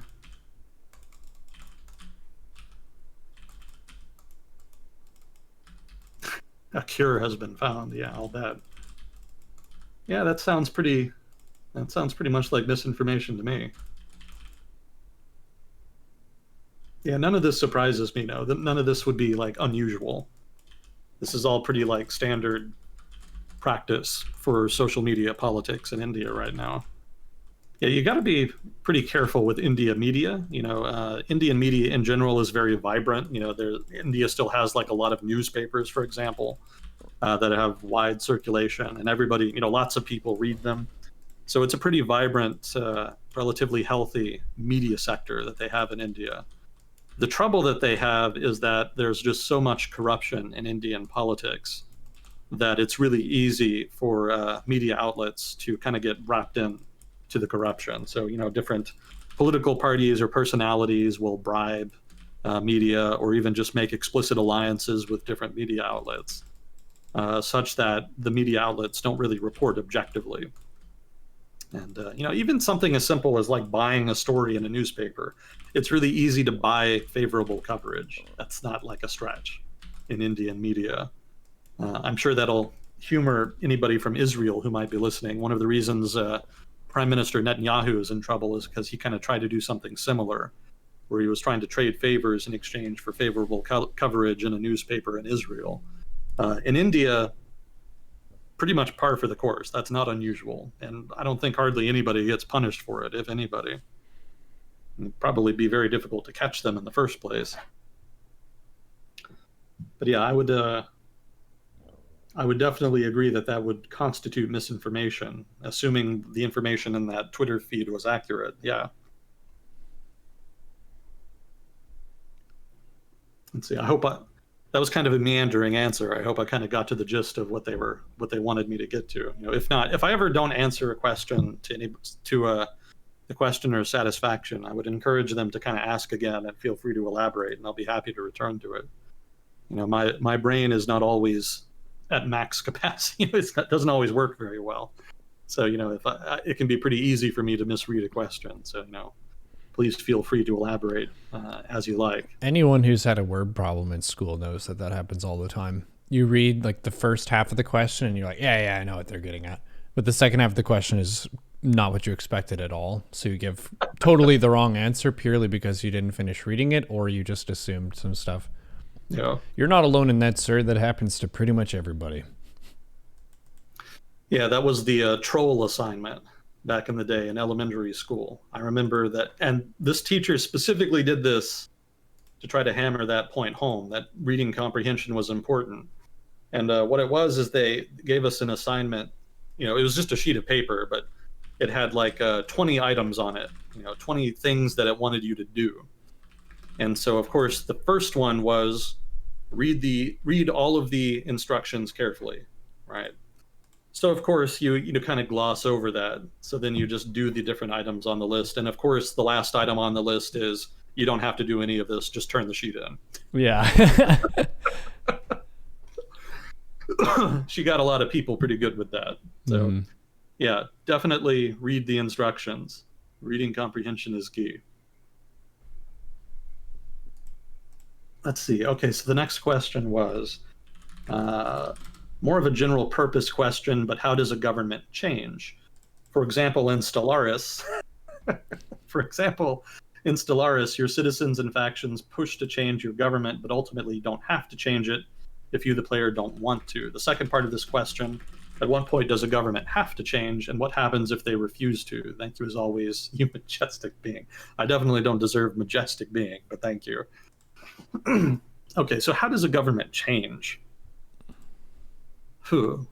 That's almost a philosophical question in a sense. I mean, the obvious answer is that it differs by government type. So if you have a democratic government, then it changes with elections. Or if you have an autocratic government, it changes with the dominant political economy. Whichever faction or patron-client network or whatever, whatever classification of power group is in power, your government changes pretty much with that group. For more complex answer to that question, if you're talking about not so much how governments change, but more how regimes change, how do government types change? How do you shift from an autocracy to a democracy? Or perhaps more relevantly these days, how do you shift from a democracy to an autocracy? And I mean, it happens slowly, but it happens as a result of pressures building up over time. That's kind of like the cheesy, simple answer to that. There are different political factions in any country that just compete for power. And when they reach an equilibrium, then you kind of end up with a government type that just stagnates over time. But whenever underlying factors shift weight between those different factions, or when new factions emerge or old factions die out, generally there's a corresponding change in the politics. That change does not inevitably result in regime change, but it's kind of a necessary but not sufficient condition for regime change.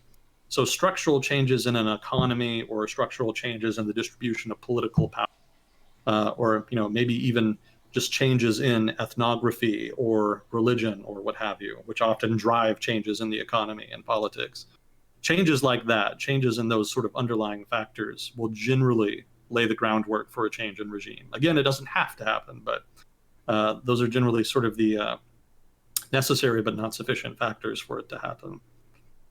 Of course, there's always, the old-fashioned governments change because other governments invade them and force them to change.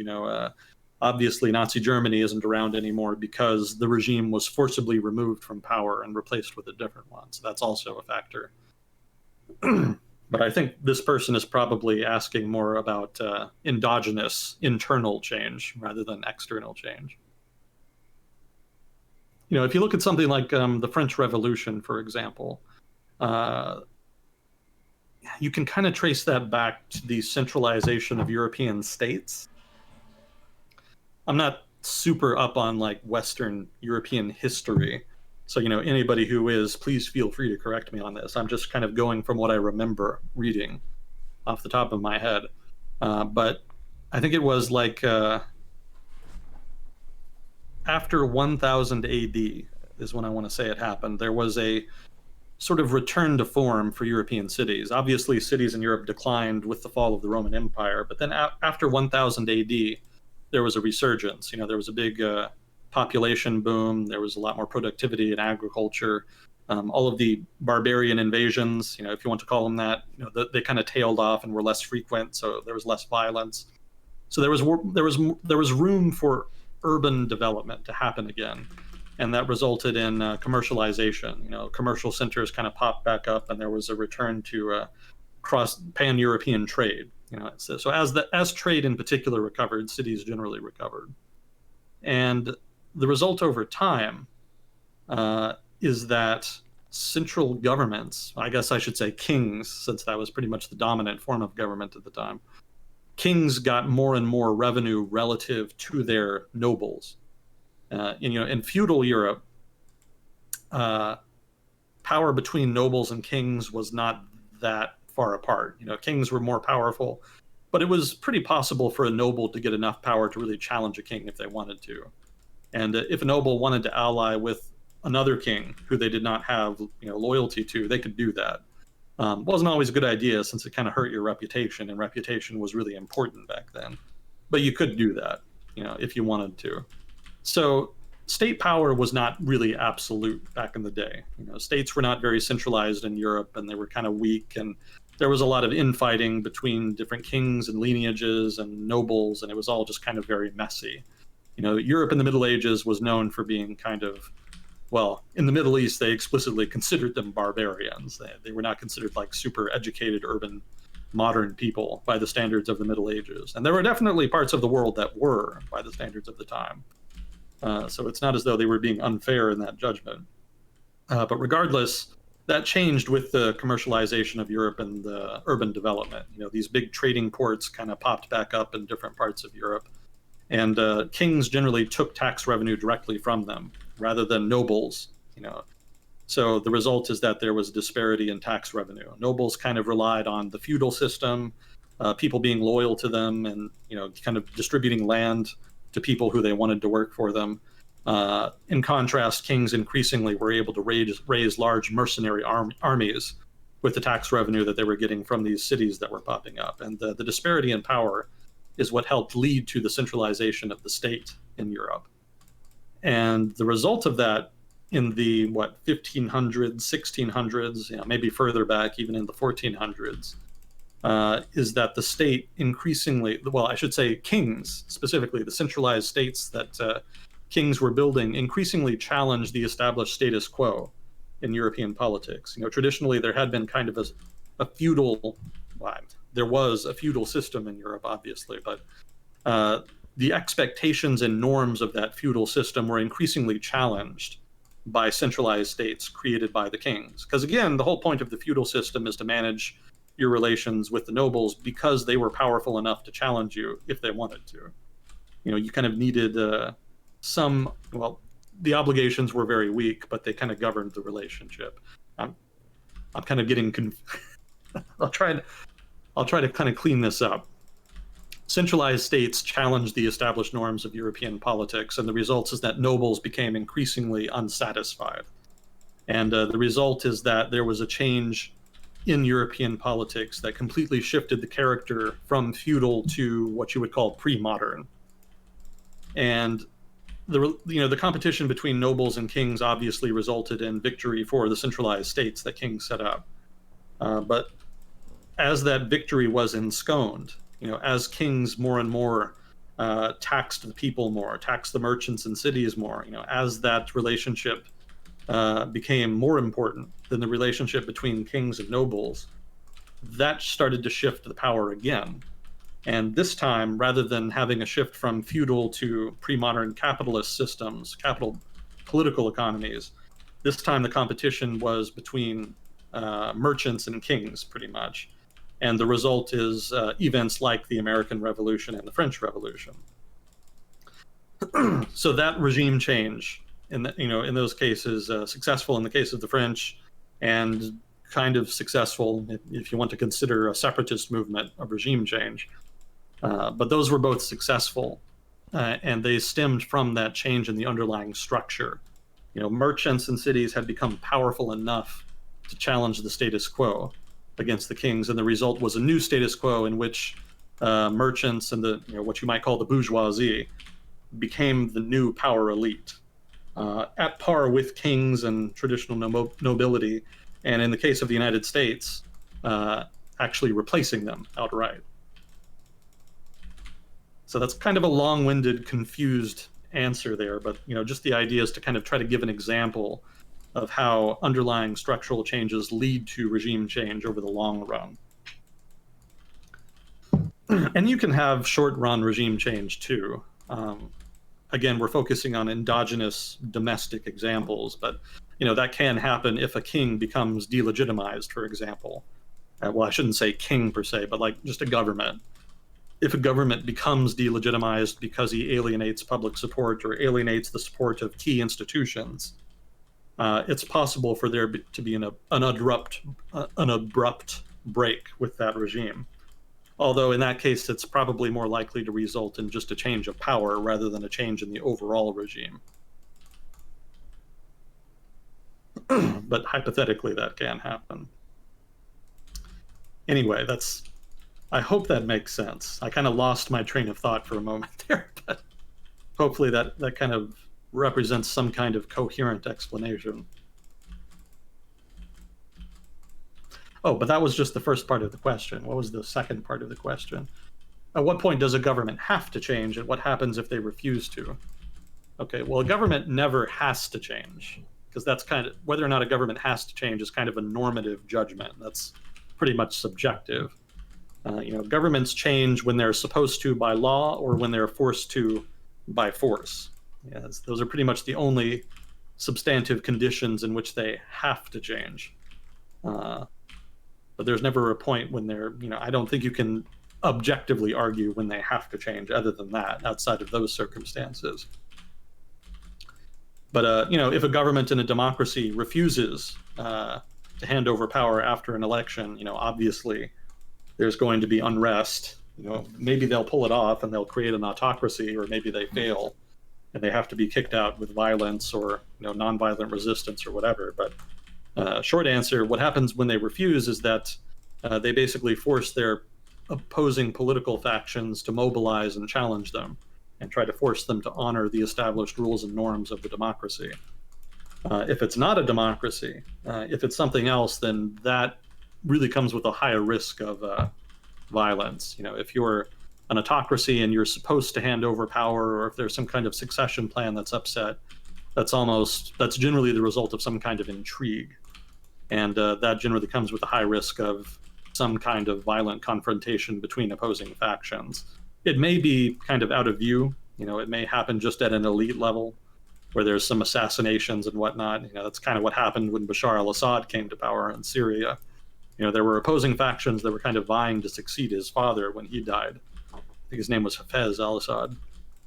And so there was some maneuvering that involved, I think at one point, one of the successors that was trying to become president had his house surrounded by troops loyal to Bashar al-Assad. So, those are the kinds of things you see in those cases. Succession crises are, probably the most prominent form of this, where autocracies kind of have disagreements over who should be in power, But I'm sure there are probably other examples somebody more familiar with poli-science could bring up. It's been a long time since I've studied poli-sci, so these answers are definitely not like professional poli-sci answers. I'm not super well studied in this regard, but just from what I've read, again, that's kind of the basis for what I'm trying to use here. Would you say semi-pro or amateur? Probably more amateur. Because I think poli-sci is something I studied mostly when I was an undergrad, and then a little bit in grad school. Because I had a class where we talked about institutions in grad school a lot. I don't think it was explicitly about institutions. I think it was just like a government class. That was a part of my political economy PhD coursework. Part of my political economy coursework. There we go.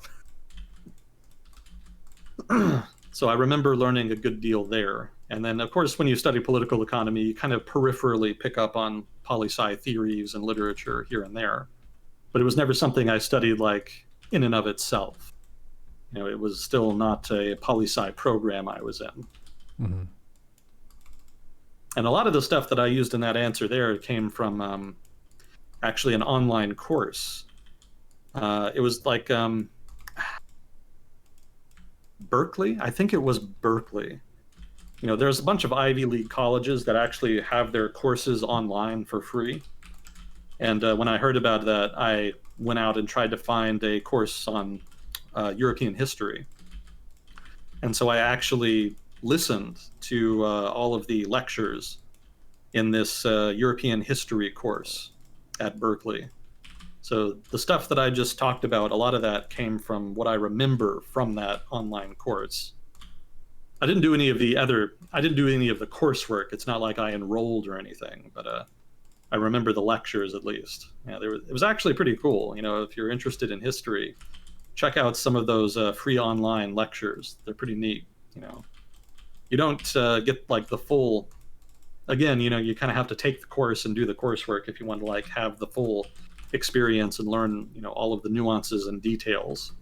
But the lectures themselves are still quite informative, so definitely worth the effort if you're interested in the topic.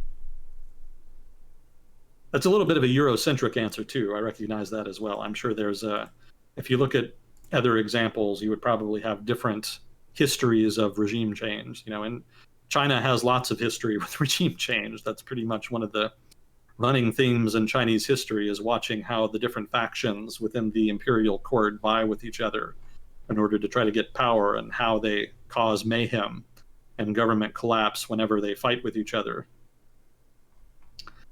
India is a little different. India, I think, regime change in India was almost always just a royal thing. They had kings and whatnot for a long time.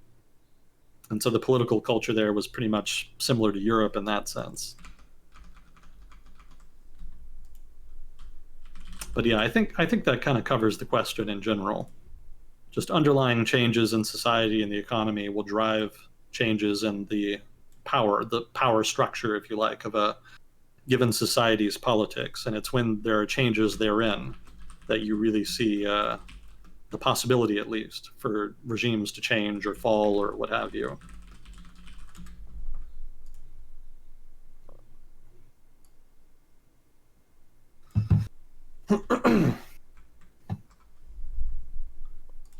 Let's see here. So the next question was, does Smith have thoughts about the U.S. allocating COVID resources to India, particularly given our own challenges in expanding vaccinations? Actually, the U.S. has been really good with vaccinations.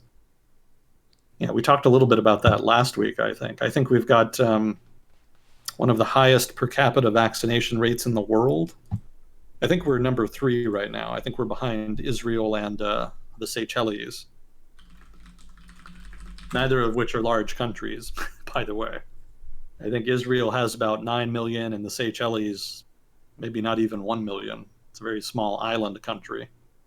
So the United States easily leads the way in terms of large developed countries. The UK is also up there. For whatever reason, the Anglo-Saxon countries have been really good with vaccinations. Although I guess Australia is Anglo-Saxon. They've kind of been tripping a little bit over it. But that kind of ties into supply issues from Europe. The whole AstraZeneca thing has kind of hobbled them a little bit. But the US and the UK, anyway, have actually vaccinated huge chunks of the population. They've been doing pretty good in that regard. So, in so much as that's true, if I'm not incorrect on that, then it doesn't make a whole lot of difference if the US helps India out, because we probably have vaccines to spare at this point. And it's not like we have to send them just all of the supply that we have. They're probably just looking at sending, maybe 1 million or something like that. We've probably got plenty more than that in storage right now, because there's a lot of people that are either not going to do it in the United States, for various reasons, and there's also people who are kind of putting it off. Full disclosure, I'm one of those people. I just kind of have been lazy about it. I keep kind of putting off signing up for it in the local county register. I don't really get out much, so I don't feel particularly compelled to do it as soon as possible. I should. Yeah. I should do it as soon as possible, but I've just kind of been sitting at home through the whole crisis, doing the same thing I was doing before the crisis. So routine is kind of a hard thing to break. Yeah, I'm in a similar category where I work from home, so to me it would feel incorrect to take a vaccine scheduling appointment ahead of someone who goes out into a workplace with a lot of other people Yeah, to do yeah, their that's thing. also a good point. Yeah, but I'm going to try to do that. I keep trying to remind myself, oh yeah, I need to do that today, and then I just don't. just kind of forget about it. Let's see. But yeah, I mean, going back to the question, we've probably got plenty to spare, so I don't think it'll be all that big a deal. I'm sure American politics being what it is, it'll be turned into an issue. But I don't know how, I don't know how big of an issue they can really make it in the grand scheme of things. You know, there are people who want vaccines and there are people who don't. And I think that falls along partisan lines in the US. We also And don't need every single person to be vaccinated to reach herd immunity. I don't know also true. what that Yeah. percentage is, but the idea is, and I'm not a scientist who's super expert in like all the different whatever pathology of this would be, but if you have a high enough percentage of individuals in an area who are immune to it, then the virus can no longer spread, even if not every single person is vaccinated. Yeah. You don't have to get them all. Just get the large majority. Yeah, we'll probably get there sooner rather than later. So I'm not too worried about it. The vaccine drama has been more in the developing world, obviously, just because they're not, that for better or worse, the developed economies and governments of the world have kind of prioritized their own countries. And as a result, vaccines are not really getting to the developing world very quickly. So they're not going to be vaccinated until much later, probably next year in most cases. So, Europe and other developed economies are getting vaccinated at a much faster pace. But that said, Europe has probably, among all the developed societies, been the center of vaccine drama. As far as far as the developed world goes, there's a weird amount of vaccine hesitancy in Europe, and I don't really know where that comes from. I think the medical culture in Europe is less just vaccinated against everything than the US is. There are some things that we vaccinate children against that Europe does not. So there are some people who may be more skeptical of, do we need this or that, or is it like chicken pox where you just let people get sick with this and kind of let them get their immunity naturally? Gotcha. Okay. I could see that. That's a guess. I mean, if there are Europeans in the chat who know better, then please correct. Yeah. Yeah, let us know. First person accounts are one of our favorite things here. But yeah, that's as good a guess as any I could come up with. If I had to venture a guess, I would say it was part of the recent rise of populism in Europe. That populists obviously are pretty skeptical of mainstream institutions in general, and there's been certainly a big upsurge in populism in Europe over the past 10 years. So I would guess that would have some role to play, but I don't know if it's the leading role. It may be that vaccine skepticism was a pre-existing issue even before the rise of populism in Europe. So I don't know. Let's see. So the next question was, I recently read a cool essay called Meditations on Malak, which talks about Malthusian traps in economics culture. Have you read it? And in general, can you comment on the relationship between authoritarian governments and Malthusian traps? Can we have a happy and free society that doesn't constantly grow? I have not read the essay in question. I did Google it here. I don't think I can just read it on the fly here, so I can't really answer the first part of the question without reading the essay. I would want to see what the argumentation was. So I'll have to punt on that for now, but I'll definitely take a look on that. That sounds pretty cool. Let's see. So the second part of the question, though, can we have a happy and free society that doesn't constantly grow? I mean, yes, you can, but it's very much contingent on, the people, the circumstances. It's just kind of how it pans out. Like Japan is not growing super fast right now, but in general, they're pretty well off. I mean, in economics, this is a little bit of heresy on my part as far as my background in economics. In economics, the orthodox advice is that you want your population to grow because demographic growth is a significant driver of overall economic growth. And so there's a sense then that if you're having a baby bust, if your birth rate is falling, then you need more immigration in order to maintain economic growth. Otherwise, you have problems with overall prosperity and also problems finding people to work jobs in different parts of the economy that are very labor intensive. So I don't know how true that really is. I don't necessarily have the numbers to back it up, but if you look at a case like Japan or other East Asian countries like South Korea or Singapore, they have problems with low birth rates, but it hasn't really been too much of a problem with their overall quality of life. And in economics, in general, we try to focus on things that will improve overall quality of life. There's the implicit assumption in economics that economic growth will translate invariably to higher quality of life.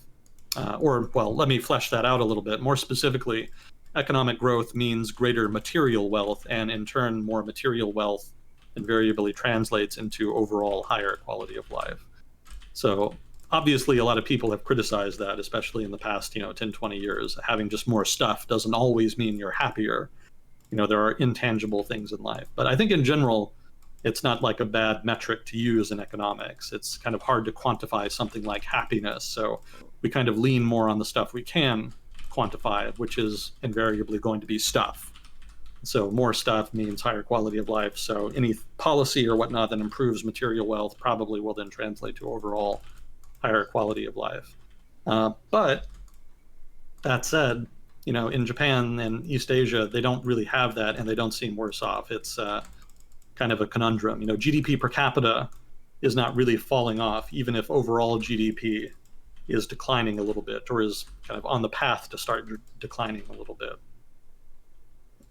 So I think that's kind of maybe not a puzzle per se, but I think that's part of the shift in economics that's happening right now between traditional economics, which focuses on the material, and sort of newer ideas in economics, which tend to focus on things like the Human Development Index or other metrics of happiness, such as they are. I don't know if that's necessarily the best change. I mean, those things, again, are very subjective. And when you get into subjective territory, you're getting dangerously close to things like politics, which in academia, you kind of want to stay away from. You want academic research to be rigorous and objective as much as possible. And sticking with the quantifiable really helps do that a lot, because numbers can be fudged, but in general are easily criticized. They're fun. They're very concrete and discrete.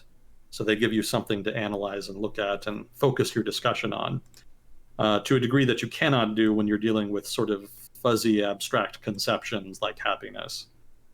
So that's kind of a meta commentary on, economics and economic research. But that just speaks to the difficulty of kind of establishing whether or not population growth is really needed per se to maintain prosperity. It is probably needed to maintain significant GDP growth, but it's not necessarily the case that significant GDP growth is conducive to a happy society.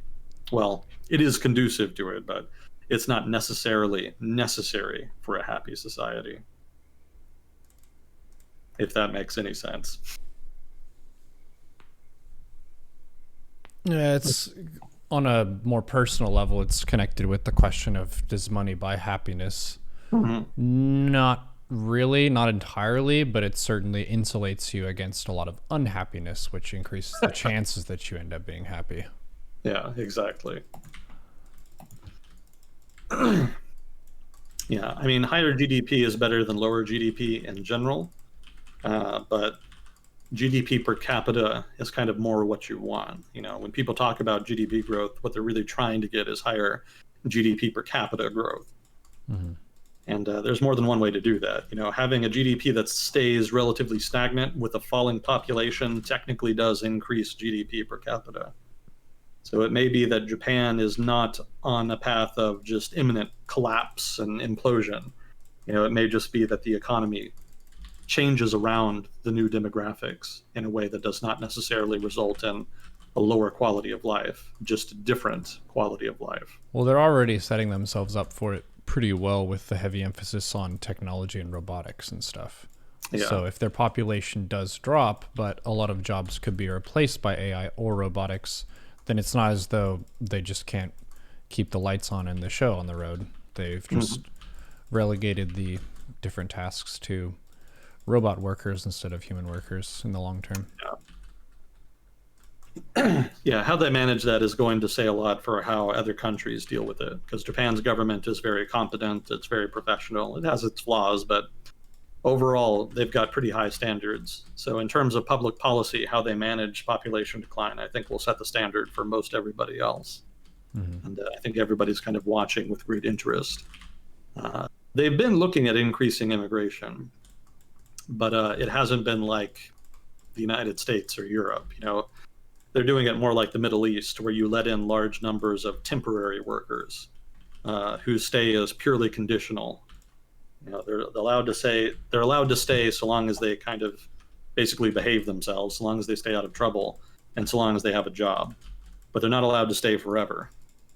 They pretty much have to leave at some point. They were talking about liberalizing some of the visas such that you could stay long term. I think they were talking about residency in some cases. But it's not clear just how many of those they're actually going to give out. And Japan is a very conservative country in a lot of ways. I don't know. From what I've heard of outsiders coming into Japan and living there, you're never really accepted as being Japanese, even if you know the language and the culture really well. People never really treat you like you're Japanese. You're always kind of the gaijin to them, pretty much regardless. So I just politically speaking and culturally speaking, I'm pretty deeply skeptical that Japan will ever open itself up to mass immigration. Some immigration, maybe, but I don't think they're ever going to do mass immigration. I could be wrong, but just from what I've read about Japan and Japanese culture, I don't think so. But they have allowed, I think the big thing they want is blue-collar workers to work in labor-intensive industries, especially like home care for the elderly, the healthcare industry generally. Also, they're looking at agricultural workers. Agriculture is pretty interesting because agriculture is kind of dying out in Japan. A lot of people in Japan who work farms are just very old. Some of them are like in their 80s and 90s, and they're still working on a farm. Farm work is hard work, man. If you're working a farm and producing when you're in your 80s and 90s, man, hats off to you. So a lot of rural farmers are like that, and they're having kind of a hard time getting people to go back from the cities into rural areas to try to do those kinds of jobs.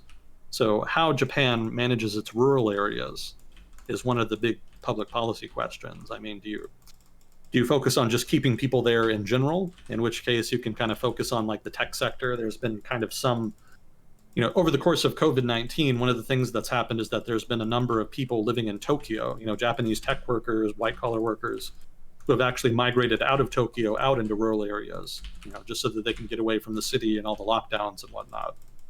So the Japanese government may try to create public policy that incentivizes that kind of migration, just to make sure that there are people in these rural areas.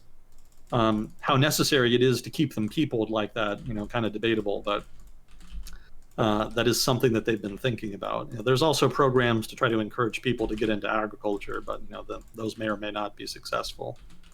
But other than how they're treating Japanese, they definitely do need just workers, for harvesting and working in food processing plants, stuff like that. That's still in rural areas. They've gotten a lot of Koreans, not Koreans so much, but like Vietnamese, Chinese, etc. They'll come in on temporary visas and work those kinds of jobs. What about farm robots, dude? Farm robots? Yeah. Oh, sorry. Those are expensive. Oh. Those are pretty expensive. It's just cheaper to use, what would you call them? Just labor, more cost effective. That's I can use a goofy analogy here. You know, there was a cartoon in the '90s called Starship Troopers Roughnecks, and I think there was one of the episodes where they had like a robot, they had a mech, and well, not a mech. A mech has a pilot, but it was like a combat robot, and it was just like a one episode thing, and it kind of fought with them against the bugs and stuff. You know, I'm showing my age here. This was an old cartoon from back in the day. But then at the end of the episode, there was a question of whether or not these robots would be mass produced, because it was like an experimental thing. You know, the military just wanted to test it out with the one squad and see how it worked, and it worked pretty well.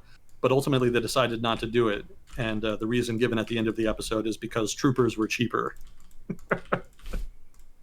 So there's kind of a similar idea here. Yeah, you can invest a lot in capex in the agricultural sector, and you know maybe over the long term they will. But for now, troopers are cheaper. It's cheaper to get sort of these cheap laborers from developing countries to come in and work there.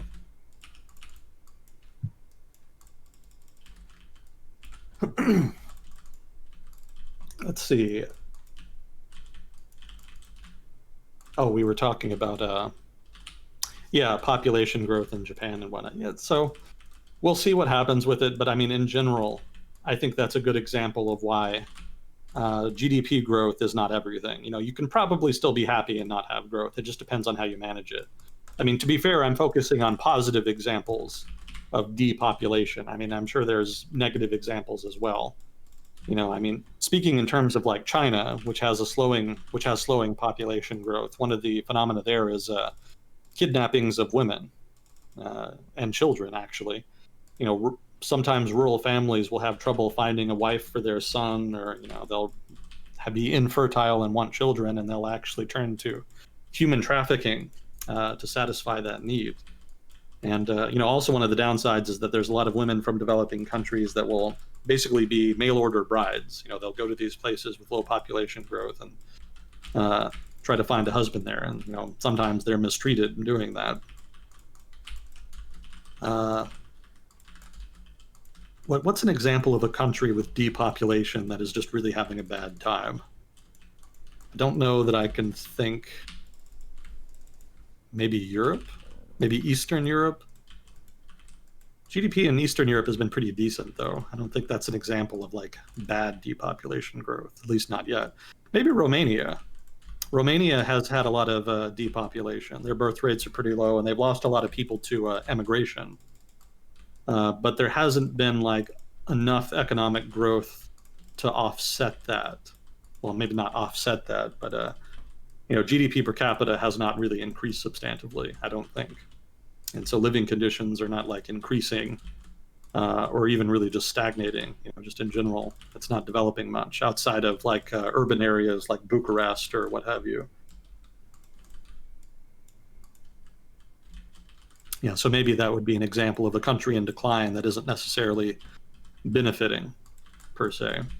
So yeah, in general, it just depends on context. If you have a good economy that's developed and you can kind of afford to invest in capex and you know, high tech solutions basically to labor shortages, then you'll probably be okay. But if not, then you could start having some problems. Then you'll probably have a lot of brain drain. Then you'll have corruption. You know, there will be problems. There will be problems in that case. But yeah, just to answer the question in one word, yeah, it's possible to be happy with low growth. It just depends on how you do it.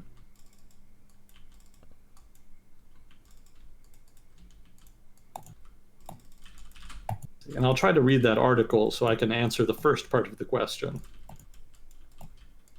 But I just, without knowing what they were talking about, I can't get too much into what the relationship between authoritarian governments and Malthusian traps. The relationship there is not intuitive to me. I wouldn't think there would be that much of a link. So I would be curious how the article kind of elaborates on that.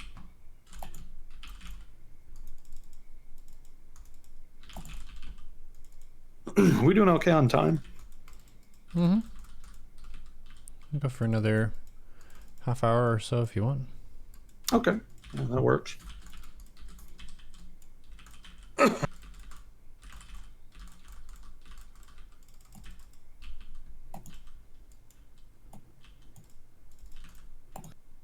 Let's see. Regarding the answer about governments changing, can you please comment about recent events where governments have shifted, like Myanmar or Belarus? Well, I would point out that neither government has really shifted. Lukashenko is still in power in Belarus, and the military is still very much in charge in Myanmar. You could argue that they're in the process of changing, but I think in the case of Belarus, it doesn't look like that's going to happen. They've basically made the decision to kind of lean heavily towards Russia in order to get the support that they want and to kind of survive the protest movement. From what I was reading, there was some rumors about unification between Russia and Belarus. I don't know if there's much to that. They've been talking about that for decades. But there has been more talk about like aid from Russia, military troops from Russia being deployed there, different things like that. So that they seem to be getting closer together. So I suspect that if Belarus leans heavily towards Russia like that, they're going to be more likely to be willing to use violence to resolve the protest movement if the protest movement does not dissipate over time. So I think that suggests that the government is probably there to stay, at least for the short to medium term. Myanmar is a different case. There's much more ambit there for a potential change in regime. I think in those cases, it has to do with, I think in that case, in Myanmar's case, it has to do with the country's opening.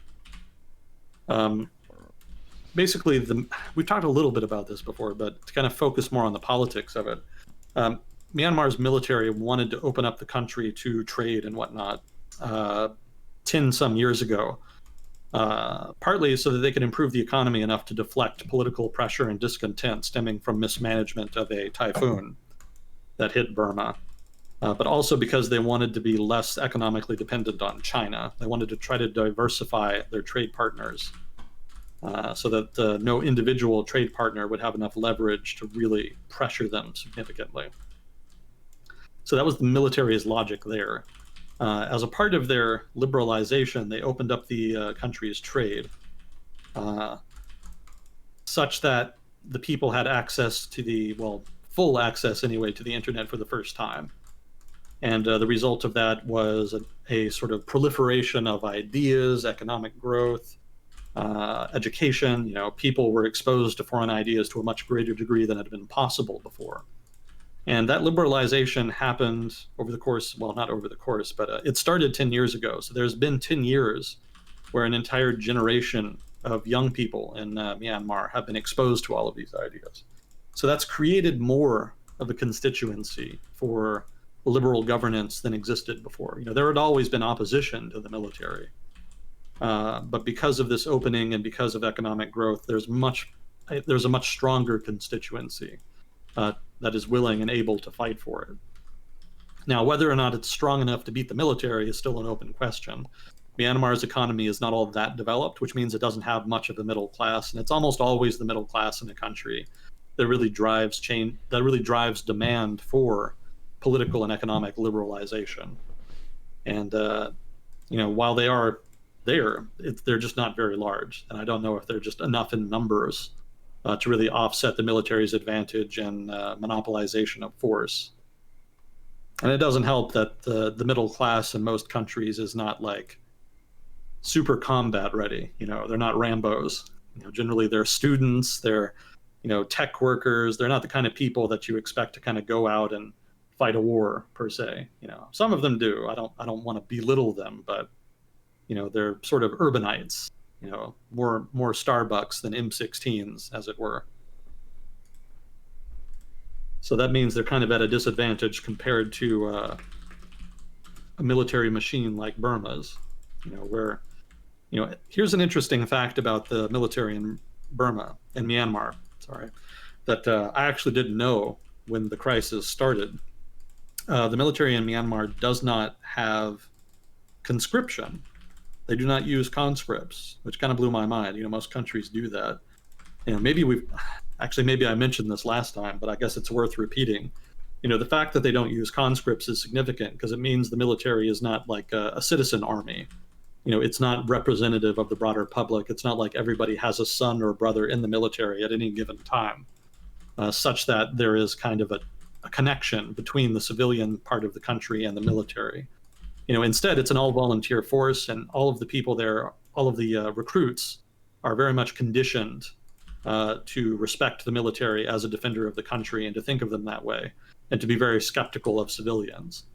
So the result is that the military in Myanmar is not really so much an army that kind of serves the interests of the state. Rather, the army itself is the state, and everybody else, up to and including all of the economic actors in Myanmar, are basically just their servants. They allow them to be there and to pay taxes to them, basically in exchange for being allowed to be alive. So it's more like a mafia basically than a military in that sense. It's not representative in any way, and because there is that detachment from the public, there's not as much pressure from within the military to not kill civilians or to honor civilian institutions. So that complicates things significantly.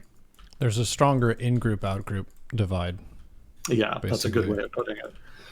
And it sounds like there's a pretty big difference between the people in the military and the people who get out of the military. Like, just an example, there are quite a few people I know from high school who served in either Iraq or Afghanistan or something. So you have more of those like personal examples of someone who used to be a fellow student who's served, and makes it feel like they're representing you in the military too, in a sort of way, because they grew up in the same place, went to the same school, that kind of thing. Similar. That's more the officer corps, though, I think. The officers in Myanmar's military are more educated, but they're also more ingrained in the patronage network that the military has established in Myanmar. Like a lot of countries that have militaries that have way more power than the civilian government, the military in Myanmar has a lot of connections to businesses and industry in Myanmar. And so that there's a lot of corrupt connections between different entities, be they businesses, the military, etc. And generally, those networks are managed by the officers, and it's the officers that largely benefit from those. Mm-hmm. Rank and file soldiers are more just indoctrinated. They're not necessarily people that grew up in the military or have family in the military. They're kind of just people who needed a job, needed something to do, etc. So for those kinds of people, it's not really about a long history with the military and military culture. It's more about opportunism. And keep in mind, a lot of people in Myanmar are just rural farmers. Agriculture is still the predominant economic activity there. And it's not like they're super productive farmers, right? So a lot of people in rural Myanmar are not super up on ideas like liberalization, modernization, etc. They're not just super political like that. So they just kind of go with the flow. If somebody tells you that the military is the defender of the nation and that the people living in the cities are traitors trying to overthrow the government on behalf of foreigners, there's not a lot of countervailing information that people who grow up in rural areas will necessarily have access to counter that narrative. So it's not like they're just going to automatically be skeptical and kind of turn on the military. They're not that likely to do that. Again, it's the middle class in a country that generally drives demand for democracy, as well as modernization, because kind of wanting democracy means that you understand liberal democracy, and that requires some education. And in a lot of rural, poor parts of the world, even up to and including the United States in some cases, that understanding is not very in depth, or maybe not even there at all in some countries. The one trump card that the opposition has is that the military has been in power so long that even people in rural areas don't like them. The government has kind of delegitimized itself over time just by being brutal and exploitative and corrupt. So there's just a general distaste for it in broad parts of the country, amongst many people in the country, even in rural areas where they don't necessarily operationalize that discontent into desires for things like liberal democracy or more open markets or whatever lofty ideals that people in the cities are probably pushing for. Yes, from an outsider's perspective in the U.S., it looks like, man, this is such a a grotesque situation they're in, and there's obvious good guys and obvious bad guys, but it seems like there's the propaganda side of, no, they're the bad guys. If the military tells other people in the military that, well, it's actually a problem from the outside, like you said, of Western interference, and that's why people are revolting, then they have a reason. And a general concept that we've touched on quite a few times is people would prefer a bad reason or a bad explanation to no explanation. Yeah, there's a lot of truth to that. When you have argument from authority, if the boss tells you this is how it is, then oftentimes people just believe that. Sorry, I accidentally kicked out the earbud connection.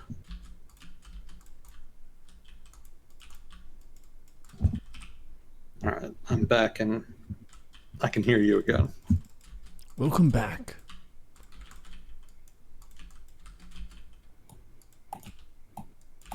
Yeah, I had some. An explanation is, even a bad explanation is better than none. I would agree. I would agree with that. And I think that's definitely a part of the indoctrination that new recruits are, sort of subjected to in the military. And nationalism also just kind of plays a part. Just sort of generic mistrust of new ideas, foreigners, that kind of thing. There's also some of that in the military. Well, a lot of that in the military, but also some of that in society writ large. And I think we saw a lot of that with the Rohingya issue in Myanmar. Mm-hmm. Yeah, I've got more notes on this, on the political economy of Myanmar and kind of where the government gets its funding and how it uses power in the country. But I don't know if we'll have time to get to it. We'll see here. Let's see. But yeah, I don't know that recent events, going back to the question here, I don't know that recent events in Myanmar and Belarus are really examples of regime change. Regime challenge maybe, but not quite yet change. But in the case of Myanmar, I think it's a little bit relevant to my earlier answer, in so much as that there were structural changes in place. The economy shifted significantly, a middle class started to emerge, and so there was more of a demand for changes and reforms. And so hence the unrest currently. Although I guess it's important also to point out that unrest against the military is pre-existing to the reform effort. Aung Suu Kyi and the national, I always forget the name of her political party, but basically the pro-democracy camp in Burma has deep roots in the country that go back decades. So, the tension between reformers and the pro-democracy camp and the military is not new in that sense. But I would argue that the liberalization of the country's economy in 2010 changed the structure of the society such that the opposition forces were empowered relatively more than they had been before.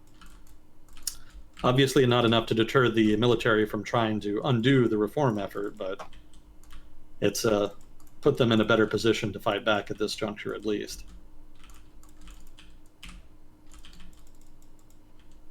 Yeah, we'll see what kind of government comes of it. There's some talk about a civil war in Myanmar. Right now it's not so much a civil war so much as it is just drowning kittens in a bag. Just killing unarmed protesters is not like super difficult for a military. Mm-hmm. But there are a lot of armed ethnic minorities in Myanmar. It hasn't been talked about too much in the coverage of the protests, but there's actually been an ongoing civil war in Myanmar that's lasted for, I think, 50 years now, thereabouts. I think it started in like the 50s or 60s. And that had to do with just ethnic tension between ethnic groups. The largest ethnic group is, I think, the Bamar, basically the Burmese. And they don't really get along with some of the ethnic minorities in the northern part of the country. So a lot of those minorities formed their own militias and tried to break away, or at least fight against the government, such that the government does not have sovereignty over those territories. Now, a lot of those militias are still there, and there's been talk about civilians arming themselves and allying with those militias in order to form a anti-government army that might be able to fight the formal Myanmar army for control of the country. It's still pretty early days yet in that. We'll see what happens. I have read reports of some civilians kind of fleeing to India or to the northern part of Myanmar in order to try to train, in order to kind of train how to fight, basically, so that they might be able to join such an army. But I don't know if that'll actually come to fruition or not. It's pretty unclear. And the Myanmar military is pretty big. It's got like 500,000 people in it. So the ethnic militias in the north of the country have been able to hold them off for decades, but that doesn't necessarily mean they're in a position to conduct offensive operations against the formal military. So we'll see how that pans out. Let's see. Is the recent rapid increase in prices of raw materials, lumber, steel, plastic, rubber, etc., a case of the quote-unquote missing inflation of the past decade catching up with us, or is it a temporary phenomenon caused by the pandemic? I think it's the latter. From what I've been reading about it, all of the talk has been about demand push inflation, stemming from people just spending more as lockdowns have fallen off, and also due to increases in the purchase of houses. The housing market obviously took off during the pandemic because a lot of people kind of fled the cities in order to go live in suburbs or exurbs. So there's been a big crush in demand for new housing, and that's resulted in new demand for these materials, for which the value is inflating. Also, there's just the fact that, well, those are the two main demand push factors, and then there's the demand pull, sorry, it should be demand pull. Cost push inflation, in this case, is largely driven by logistical problems stemming from shortages of containers and difficulties with loading and unloading containers at West Coast ports in the United States. And those difficulties, we talked about, I think, this last week or 2 weeks ago or so in more depth, but basically COVID restrictions and lockdowns have limited the ability of ports on the West Coast to operate at full capacity, because not all of their workers can go, and they can't have too many people in one place working too close together. So just the overall capacity to load and unload containers is significantly inhibited. And the result is that there's a lot of congestion at those ports. There was actually already a lot of congestion at America, not only West Coast ports, but American ports in general. There's just so much trade that comes through them that they had to resort to things like inland ports and just other logistical tricks like that to manage all of it. So for West Coast ports to all be kind of significantly curtailed like this all at once significantly stresses logistical supply chains. So that's the main cost push factor, pushing inflation there. So those are the three major factors that I've read that are driving the current inflation amongst raw materials like those you listed there. So it is probably in that sense temporary. Presumably sooner or later lockdowns on the West Coast will be eased, and those and that congestion on the West Coast ports will tail off over time. And then presumably at that point, supply will kind of be able to meet the demand that is surging. Although the demand probably will continue to rise. That's kind of the expectation at this point. So there probably will still be significant demand pull inflation, but the cost push inflation will kind of deteriorate, and that'll be mitigated. So shouldn't be too much of a problem, I suspect. But that, of course, is the big debate right now. How much should we worry about inflation? And markets are all in a tizzy about that. I did have one interesting note in my, notes, so to speak, about the inflation discussion, which is that banks have not seen a big uptick in demand for loans, which is interesting. You would think if the economy and economic activity specifically were significantly picking up, you would think there would be more demand for loans, but there kind of hasn't been. And it's kind of a problem for banks because they have a huge cash reserve they built up due to an increase in deposits. So many people cut back their spending over the course of the pandemic that they had a bunch of cash, and a lot of them just deposited it in banks, either putting it in pre-existing deposits or making new deposit accounts. And the result is that banks have a bunch of cash but they don't know what to do with it. They would like to make loans with them, but there hasn't been a uptick in loan demand, so they've kind of been putting it into other things. It's kind of a weird counterintuitive outcome. But COVID-19 and its economic effects have been nothing if not counterintuitive in many ways. I'm still building up notes, like gathering my notes and organizing them to try to produce some kind of product discussing all of the, or at least some of the economic impact of COVID, just to give you an idea of how weird it's been and all the different effects it's had. But yeah, this is another example of an unexpected outcome. There's not really a big uptick in loans, so it kind of raises questions about just how long this bull run will last. Once it kind of takes off, just how much recovery will we actually see over the medium term? Anyway, that's kind of a tangent. Yeah, overall, I would say the inflation is probably going to be short term. There's some reason to expect it may last, but I don't think it's going to spin out of control. So overall, it'll probably moderate with time. Let's see. That wasn't half an hour, was it? Nope. Maybe 15 minutes. Okay. The president of Chad was assassinated. Well, not even assassinated. He was just sort of killed while at the front line. They've had problems with rebels in Chad, and he was visiting the front line and apparently got killed. And it's weird because that very rarely happens. It's not often you see presidents in general going to front lines these days, but for one of them to actually die there, it's pretty unusual. We don't have any details yet about how he died. That's a little bit of a mystery right now, but regardless, he's definitely gone. So there's been some political drama in Chad as a result. I've got more notes about that, but I guess we'll save that for next time. But I just wanted to kind of bring that up. It is one of the unusual things that happened in the past week. Let's see, and then what else did I... We've still got Biden's China trade policy proposal. We'll talk about that next time. We touched on Belarus. Started getting my Hong Kong notes together. I guess the only stuff we really have time for is some of the weird stuff. So, hell yeah. Are you in? Hell yeah. Okay. I guess I'll try to blow through these. I kind of just aggregate these over time. If I see something that I think is weird enough that's worth mentioning, I'll just kind of stick it in my notes and then maybe forget about it. And then every so often, I'll just kind of trawl through my notes and find all of them and put them together. So I got a couple of these stories in a row here. One of them was in China.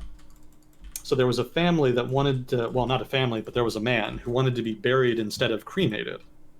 And there's a lot of localities in China that actually ban that now because there's a shortage of land. And the government wants to manage it, by basically just banning burials outright.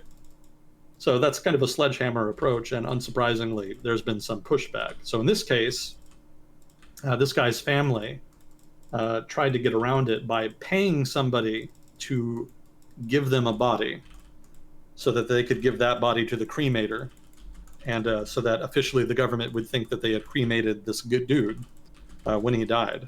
And he did die, which is why all of this, ended up happening. But well, that's so the like idea was faking your death, but it's like faking your post-death.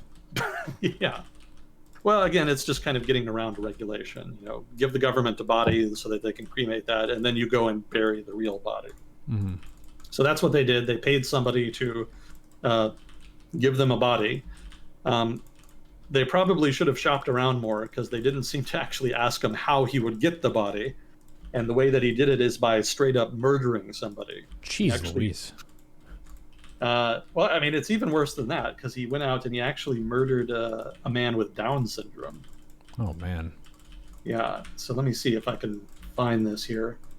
Yeah, he found a guy with Down syndrome who was picking up litter off the street.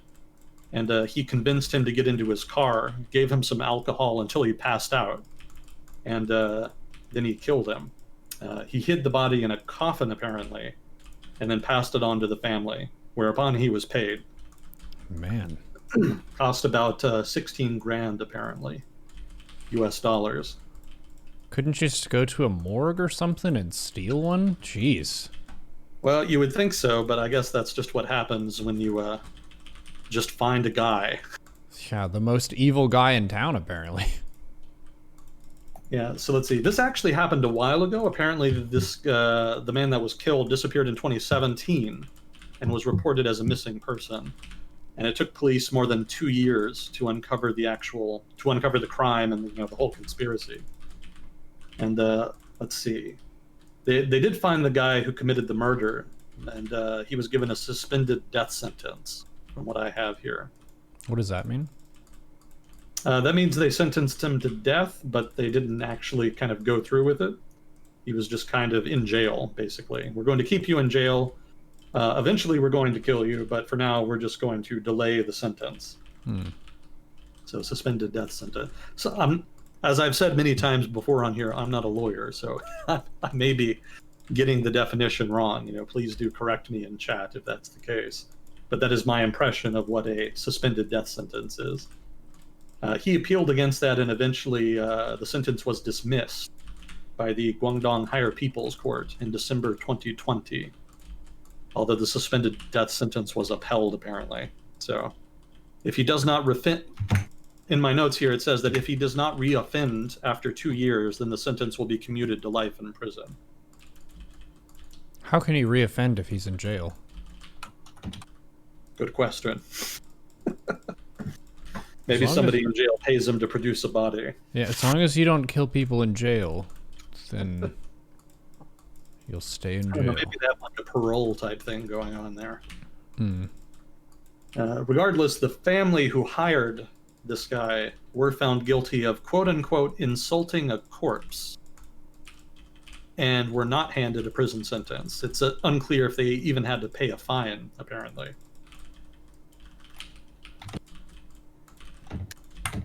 So just kind of an example, I guess, of what happens when you just do blanket bans without thinking about it too much. And also a cautionary tale about black market bodies. Well, it reminds me a lot of making a deal with the devil, where this person who they got to procure a body, it was effectively the devil. They didn't specify anything about, hey, can you go to this hospital morgue and get a cadaver, and then we can have this cremated and they'll think that this was our family member. It's just like, get a body and that's it. And the devil, whenever you make a deal with the devil, pretty much gives you the absolute worst case scenario of you getting what you want, but really not in the way that you wanted it. Yeah, pretty much the case here. It kind of reminds me, just in the sense that it's like a weird event involving murder. It reminds me of another case that we might have talked about a couple of years ago. There was a guy who wanted somebody to be assassinated. He wanted somebody to get murdered. So he paid a hitman to go and kill him. This was also southern China, by the way. So the hitman, in turn, paid another hitman to do the job, basically splitting the money. He didn't want to do it himself, or I don't know, he wanted degrees of separation or something. So he paid another hitman to go and kill this guy. So here's the thing. That hitman then went on to hire another hitman to kill him. And then that hitman hired another hitman to kill the guy. And eventually, the whole thing just kind of fell apart because the target found out about the murder plot. And the government ended up just kind of by following the trail of hitmen back to the original guy who had paid for the hit. But then it turned out the guy who paid for the original hit was a career hitman. Possible. I don't remember reading that, but you never know. I'm just taking this meme to its logical conclusion. There you go. That reminds me of, have you seen the latest John Wick movie? I have not. I haven't seen any of them except for the first one at this point. Oh, well, the latest one, there's this scene where it's like, all right, John Wick is now wanted. He's got a huge bounty on his head.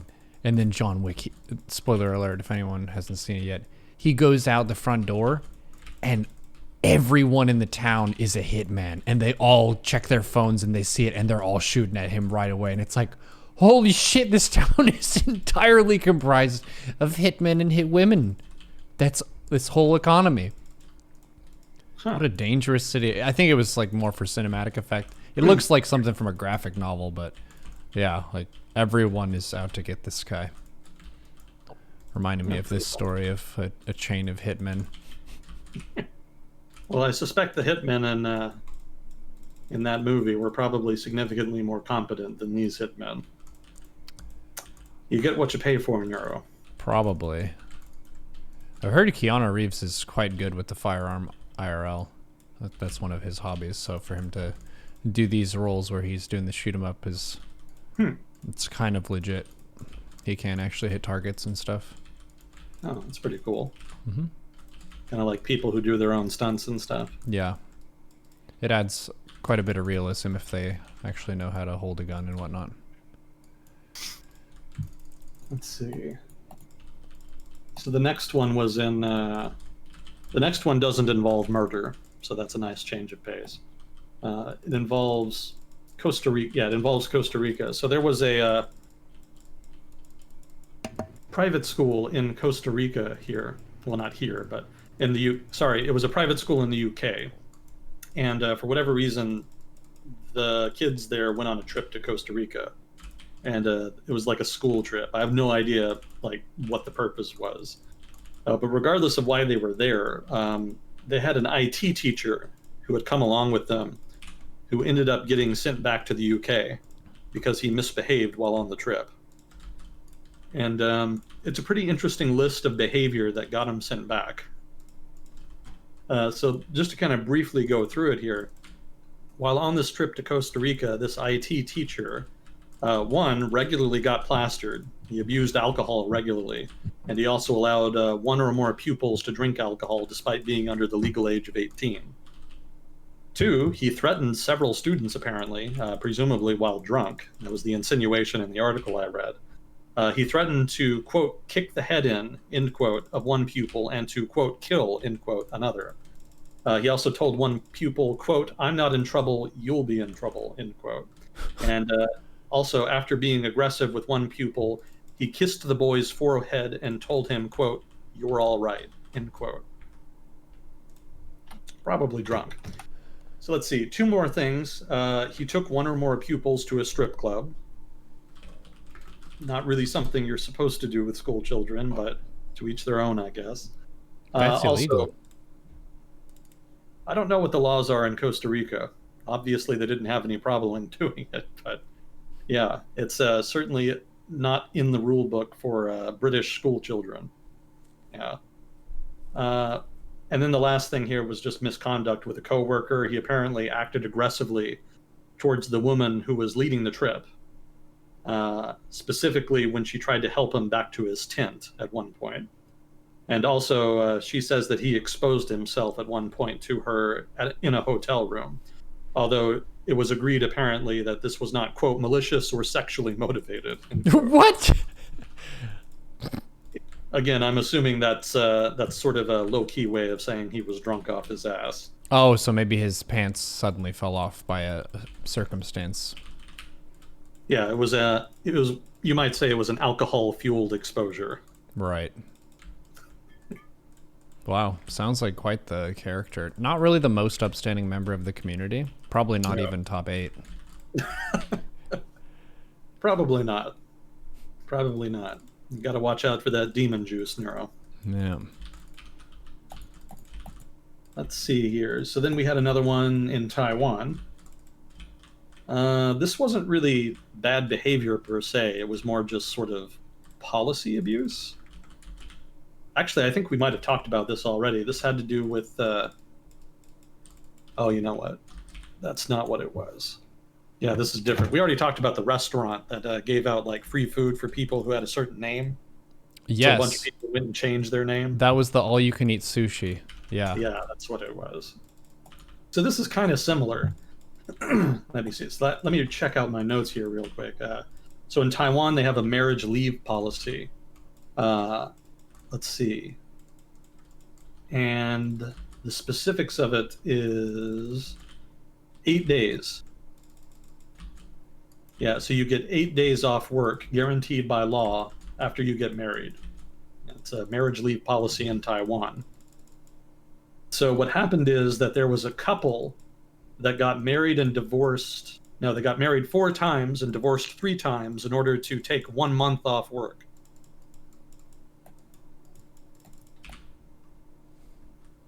And at one point, their employer, a bank, refused to grant further leave past the initial 8 days, which led to the groom filing a complaint with the Labor Department in Taiwan. And the company was actually fined $700 for violating the law, although the fine ended up getting revoked later on. Yeah, that was the gist of it. So this couple just kind of found a loophole in the law. You get 8 days off of work when you get married. So they got married, got the 8 days off, and then got divorced and immediately married again. And when their employer tried to call them on it, he ended up getting reported to the Labor Department and fined.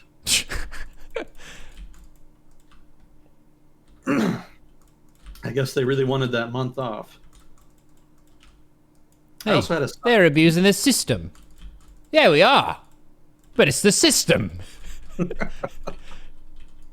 I also had a side note here that in the Chinese province of Shanxi, they also have a they also have a marriage leave policy, only instead of 8 days, they apparently actually do give 30 days, 1 month leave. Pretty interesting. Little trivia for you. Let's see. I had 2 more, well, 3 more. One of them is pretty short, though. One of them is in Australia. This is kind of an older one. This was like last year or so. So there was a man who raided an animal shelter, well, armed with a gun, no less.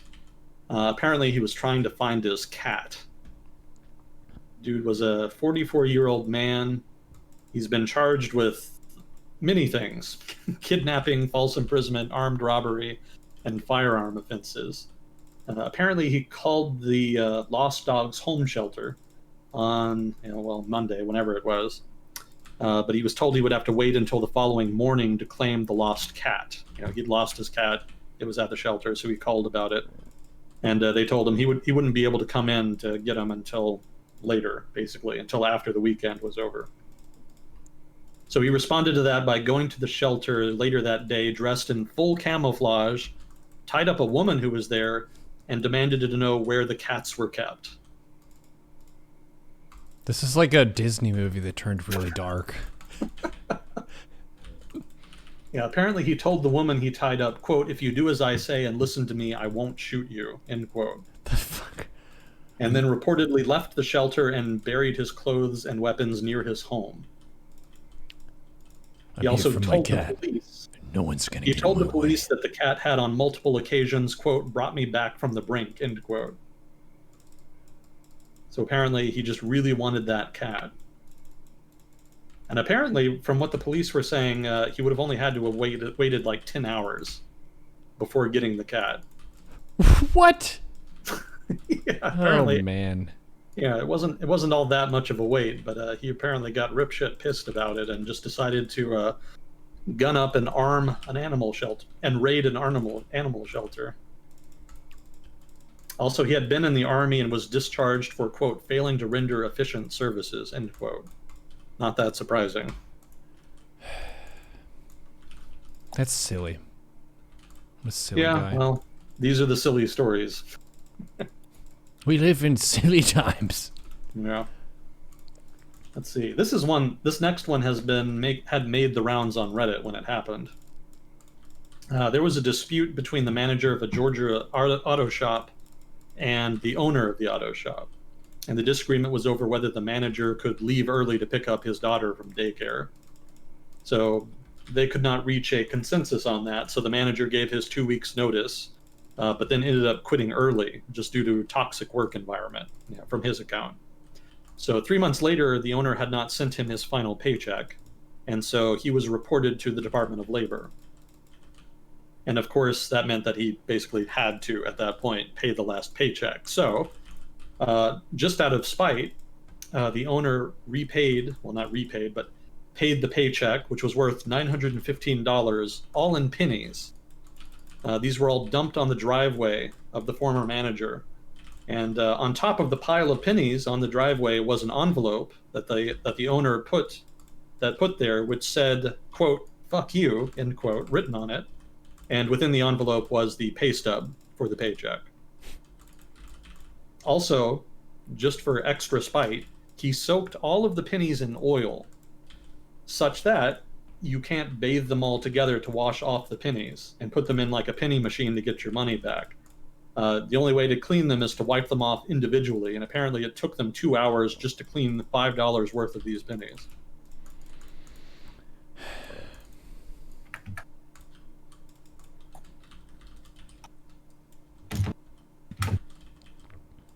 Something of a workplace dispute, I guess you could call it. Mm-hmm.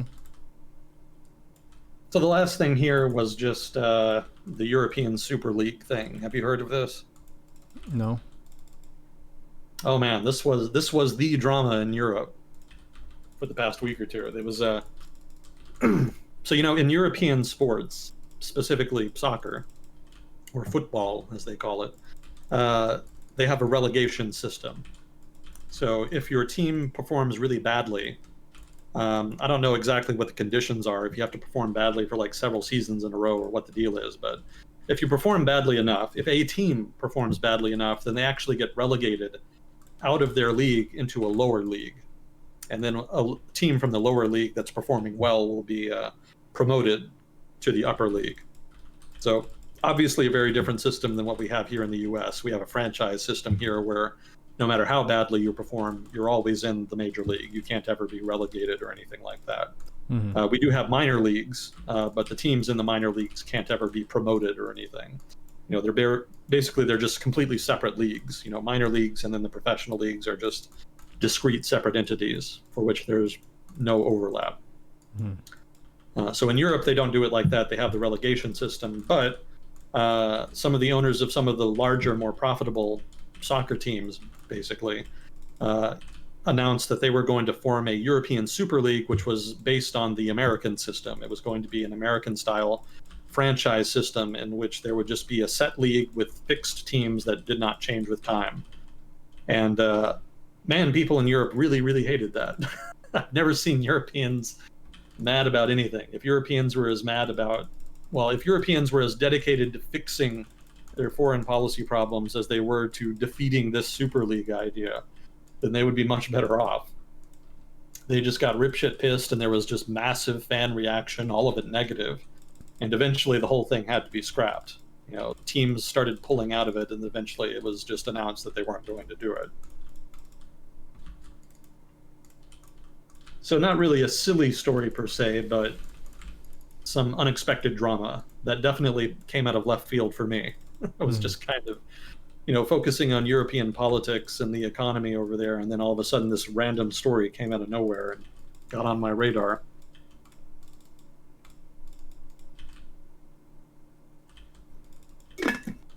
But that's all I had. That's all of the strange and silly for this week. I hope we enjoyed this week's Strange and Silly. Can you believe that human beings actually do this shit? With Agent Smith.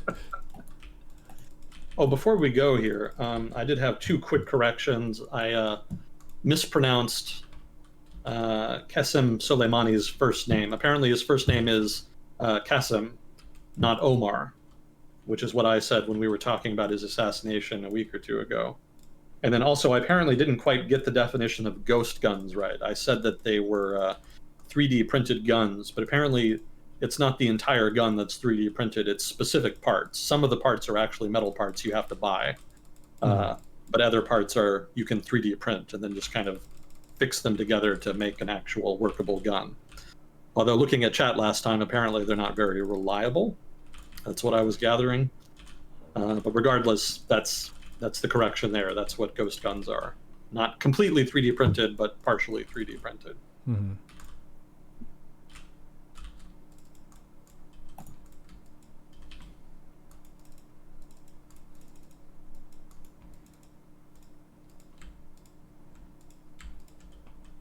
Well, there was a good bit of discussion in the chat during this. Oh, that's good. Mm-hmm. Should have a few more questions and perhaps some corrections as well. One of the things that is, I guess, an aspect of this conversation and format that not everyone knows is some people are in a political discussion more with the stance of like a firebrand, where they really have a strong opinion that we do know more about this than you and we're here to teach you, where this is more of a conversational format. Neither of us are pretty much ever going to be a complete and total expert on a topic that we're touching on. This is friends who are hanging out and shooting the shit, basically. That's the idea.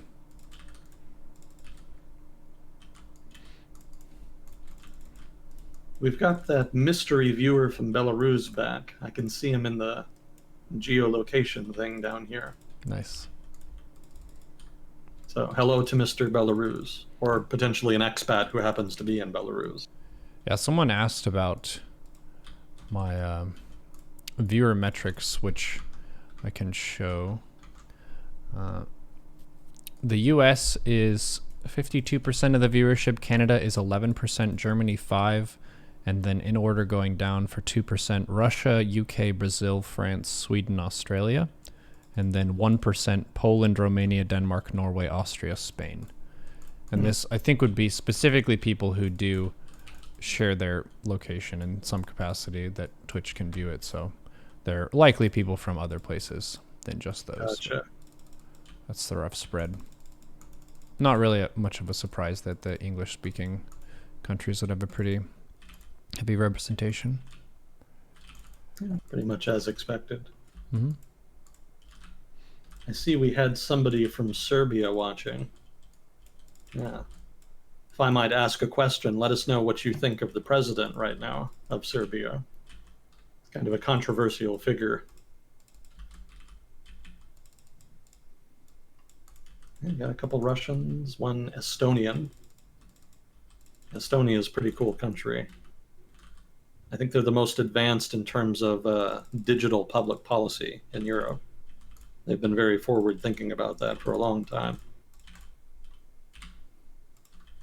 Digital public policy? What does that mean? Well, I mean, that's just sort of my descriptor. I mean, just the idea of digitizing public services as much as possible. You know, they try to do everything on the internet. I think they even do online voting, if I'm not mistaken. Something to that effect. Which I'm pretty skeptical of personally, but they try to make it work. It's just it's something that they like to do when they can. Just makes public policy more efficient if you can just do whatever you need to do on the internet rather than having to go stand in line in some office or something. Yeah, we still put, I think, more trust in passing a piece of paper over with some writing on it than having stuff uploaded and that kind of thing. Yeah, as far as voting and whatnot. But we had our fair share of skepticism about the voting system this last cycle. Oh, yeah. Quite a bit. I noticed we had somebody from Japan watching. Assuming they're not an expat, then maybe we could ask them what they think of the Suga government. I think Suga's kind of been unpopular recently, but I could be mistaken. So, you know, if the person from Japan wants to comment on Prime Minister Suga, we'd certainly be interested.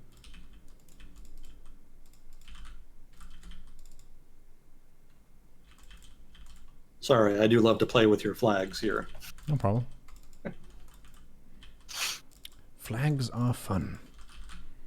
The audience is international, and we need all the help we can get because, as it was pointed out, neither of us have been in the Myanmar military, so any opinions that we have on that are not going to be insider opinions unless you've been late in the night going to Myanmar and being involved in the military, which I doubt. It's pretty far away from where we live. No, I'm not much for adventure. Too fat and too poor. But it were otherwise. Well, was there anything else you wanted to kind of get to, or do you want to kind of wrap up? I think we're at a good wrapping point. I just had a nice match against a cannon rusher. Did you get him? Not this time. Well, better luck next time. A question for whoever may know, how are we friends? We went to the same university together. Yeah. And spent many a day just talking about some odd thing, and then kind of as we have tangents here, we had even longer tangents back in the day. This is usually a 2 to 3 hour segment, but if you're just college kids and you don't really have to go to class tomorrow, you could potentially have an 8-hour tangent where you cover some country or war in great detail and have a documentary that you're watching as well.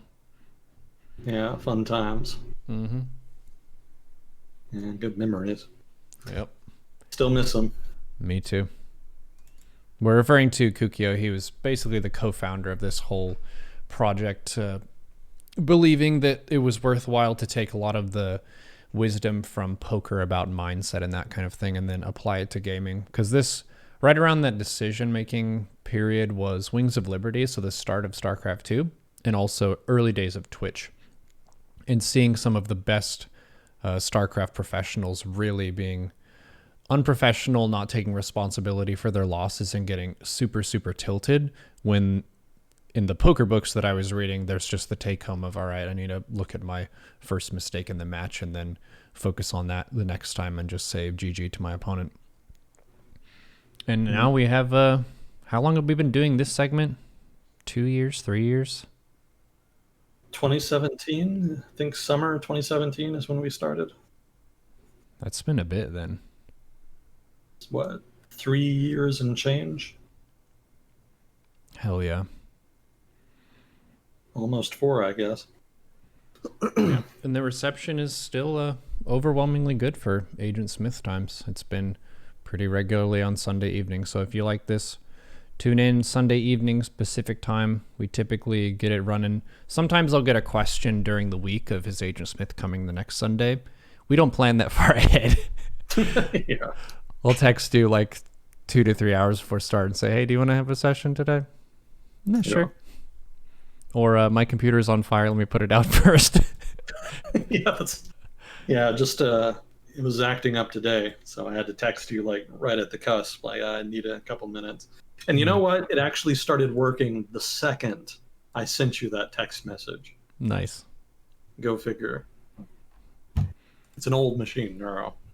It's kind of past its prime. It's like an old dog. I don't really want to put it down.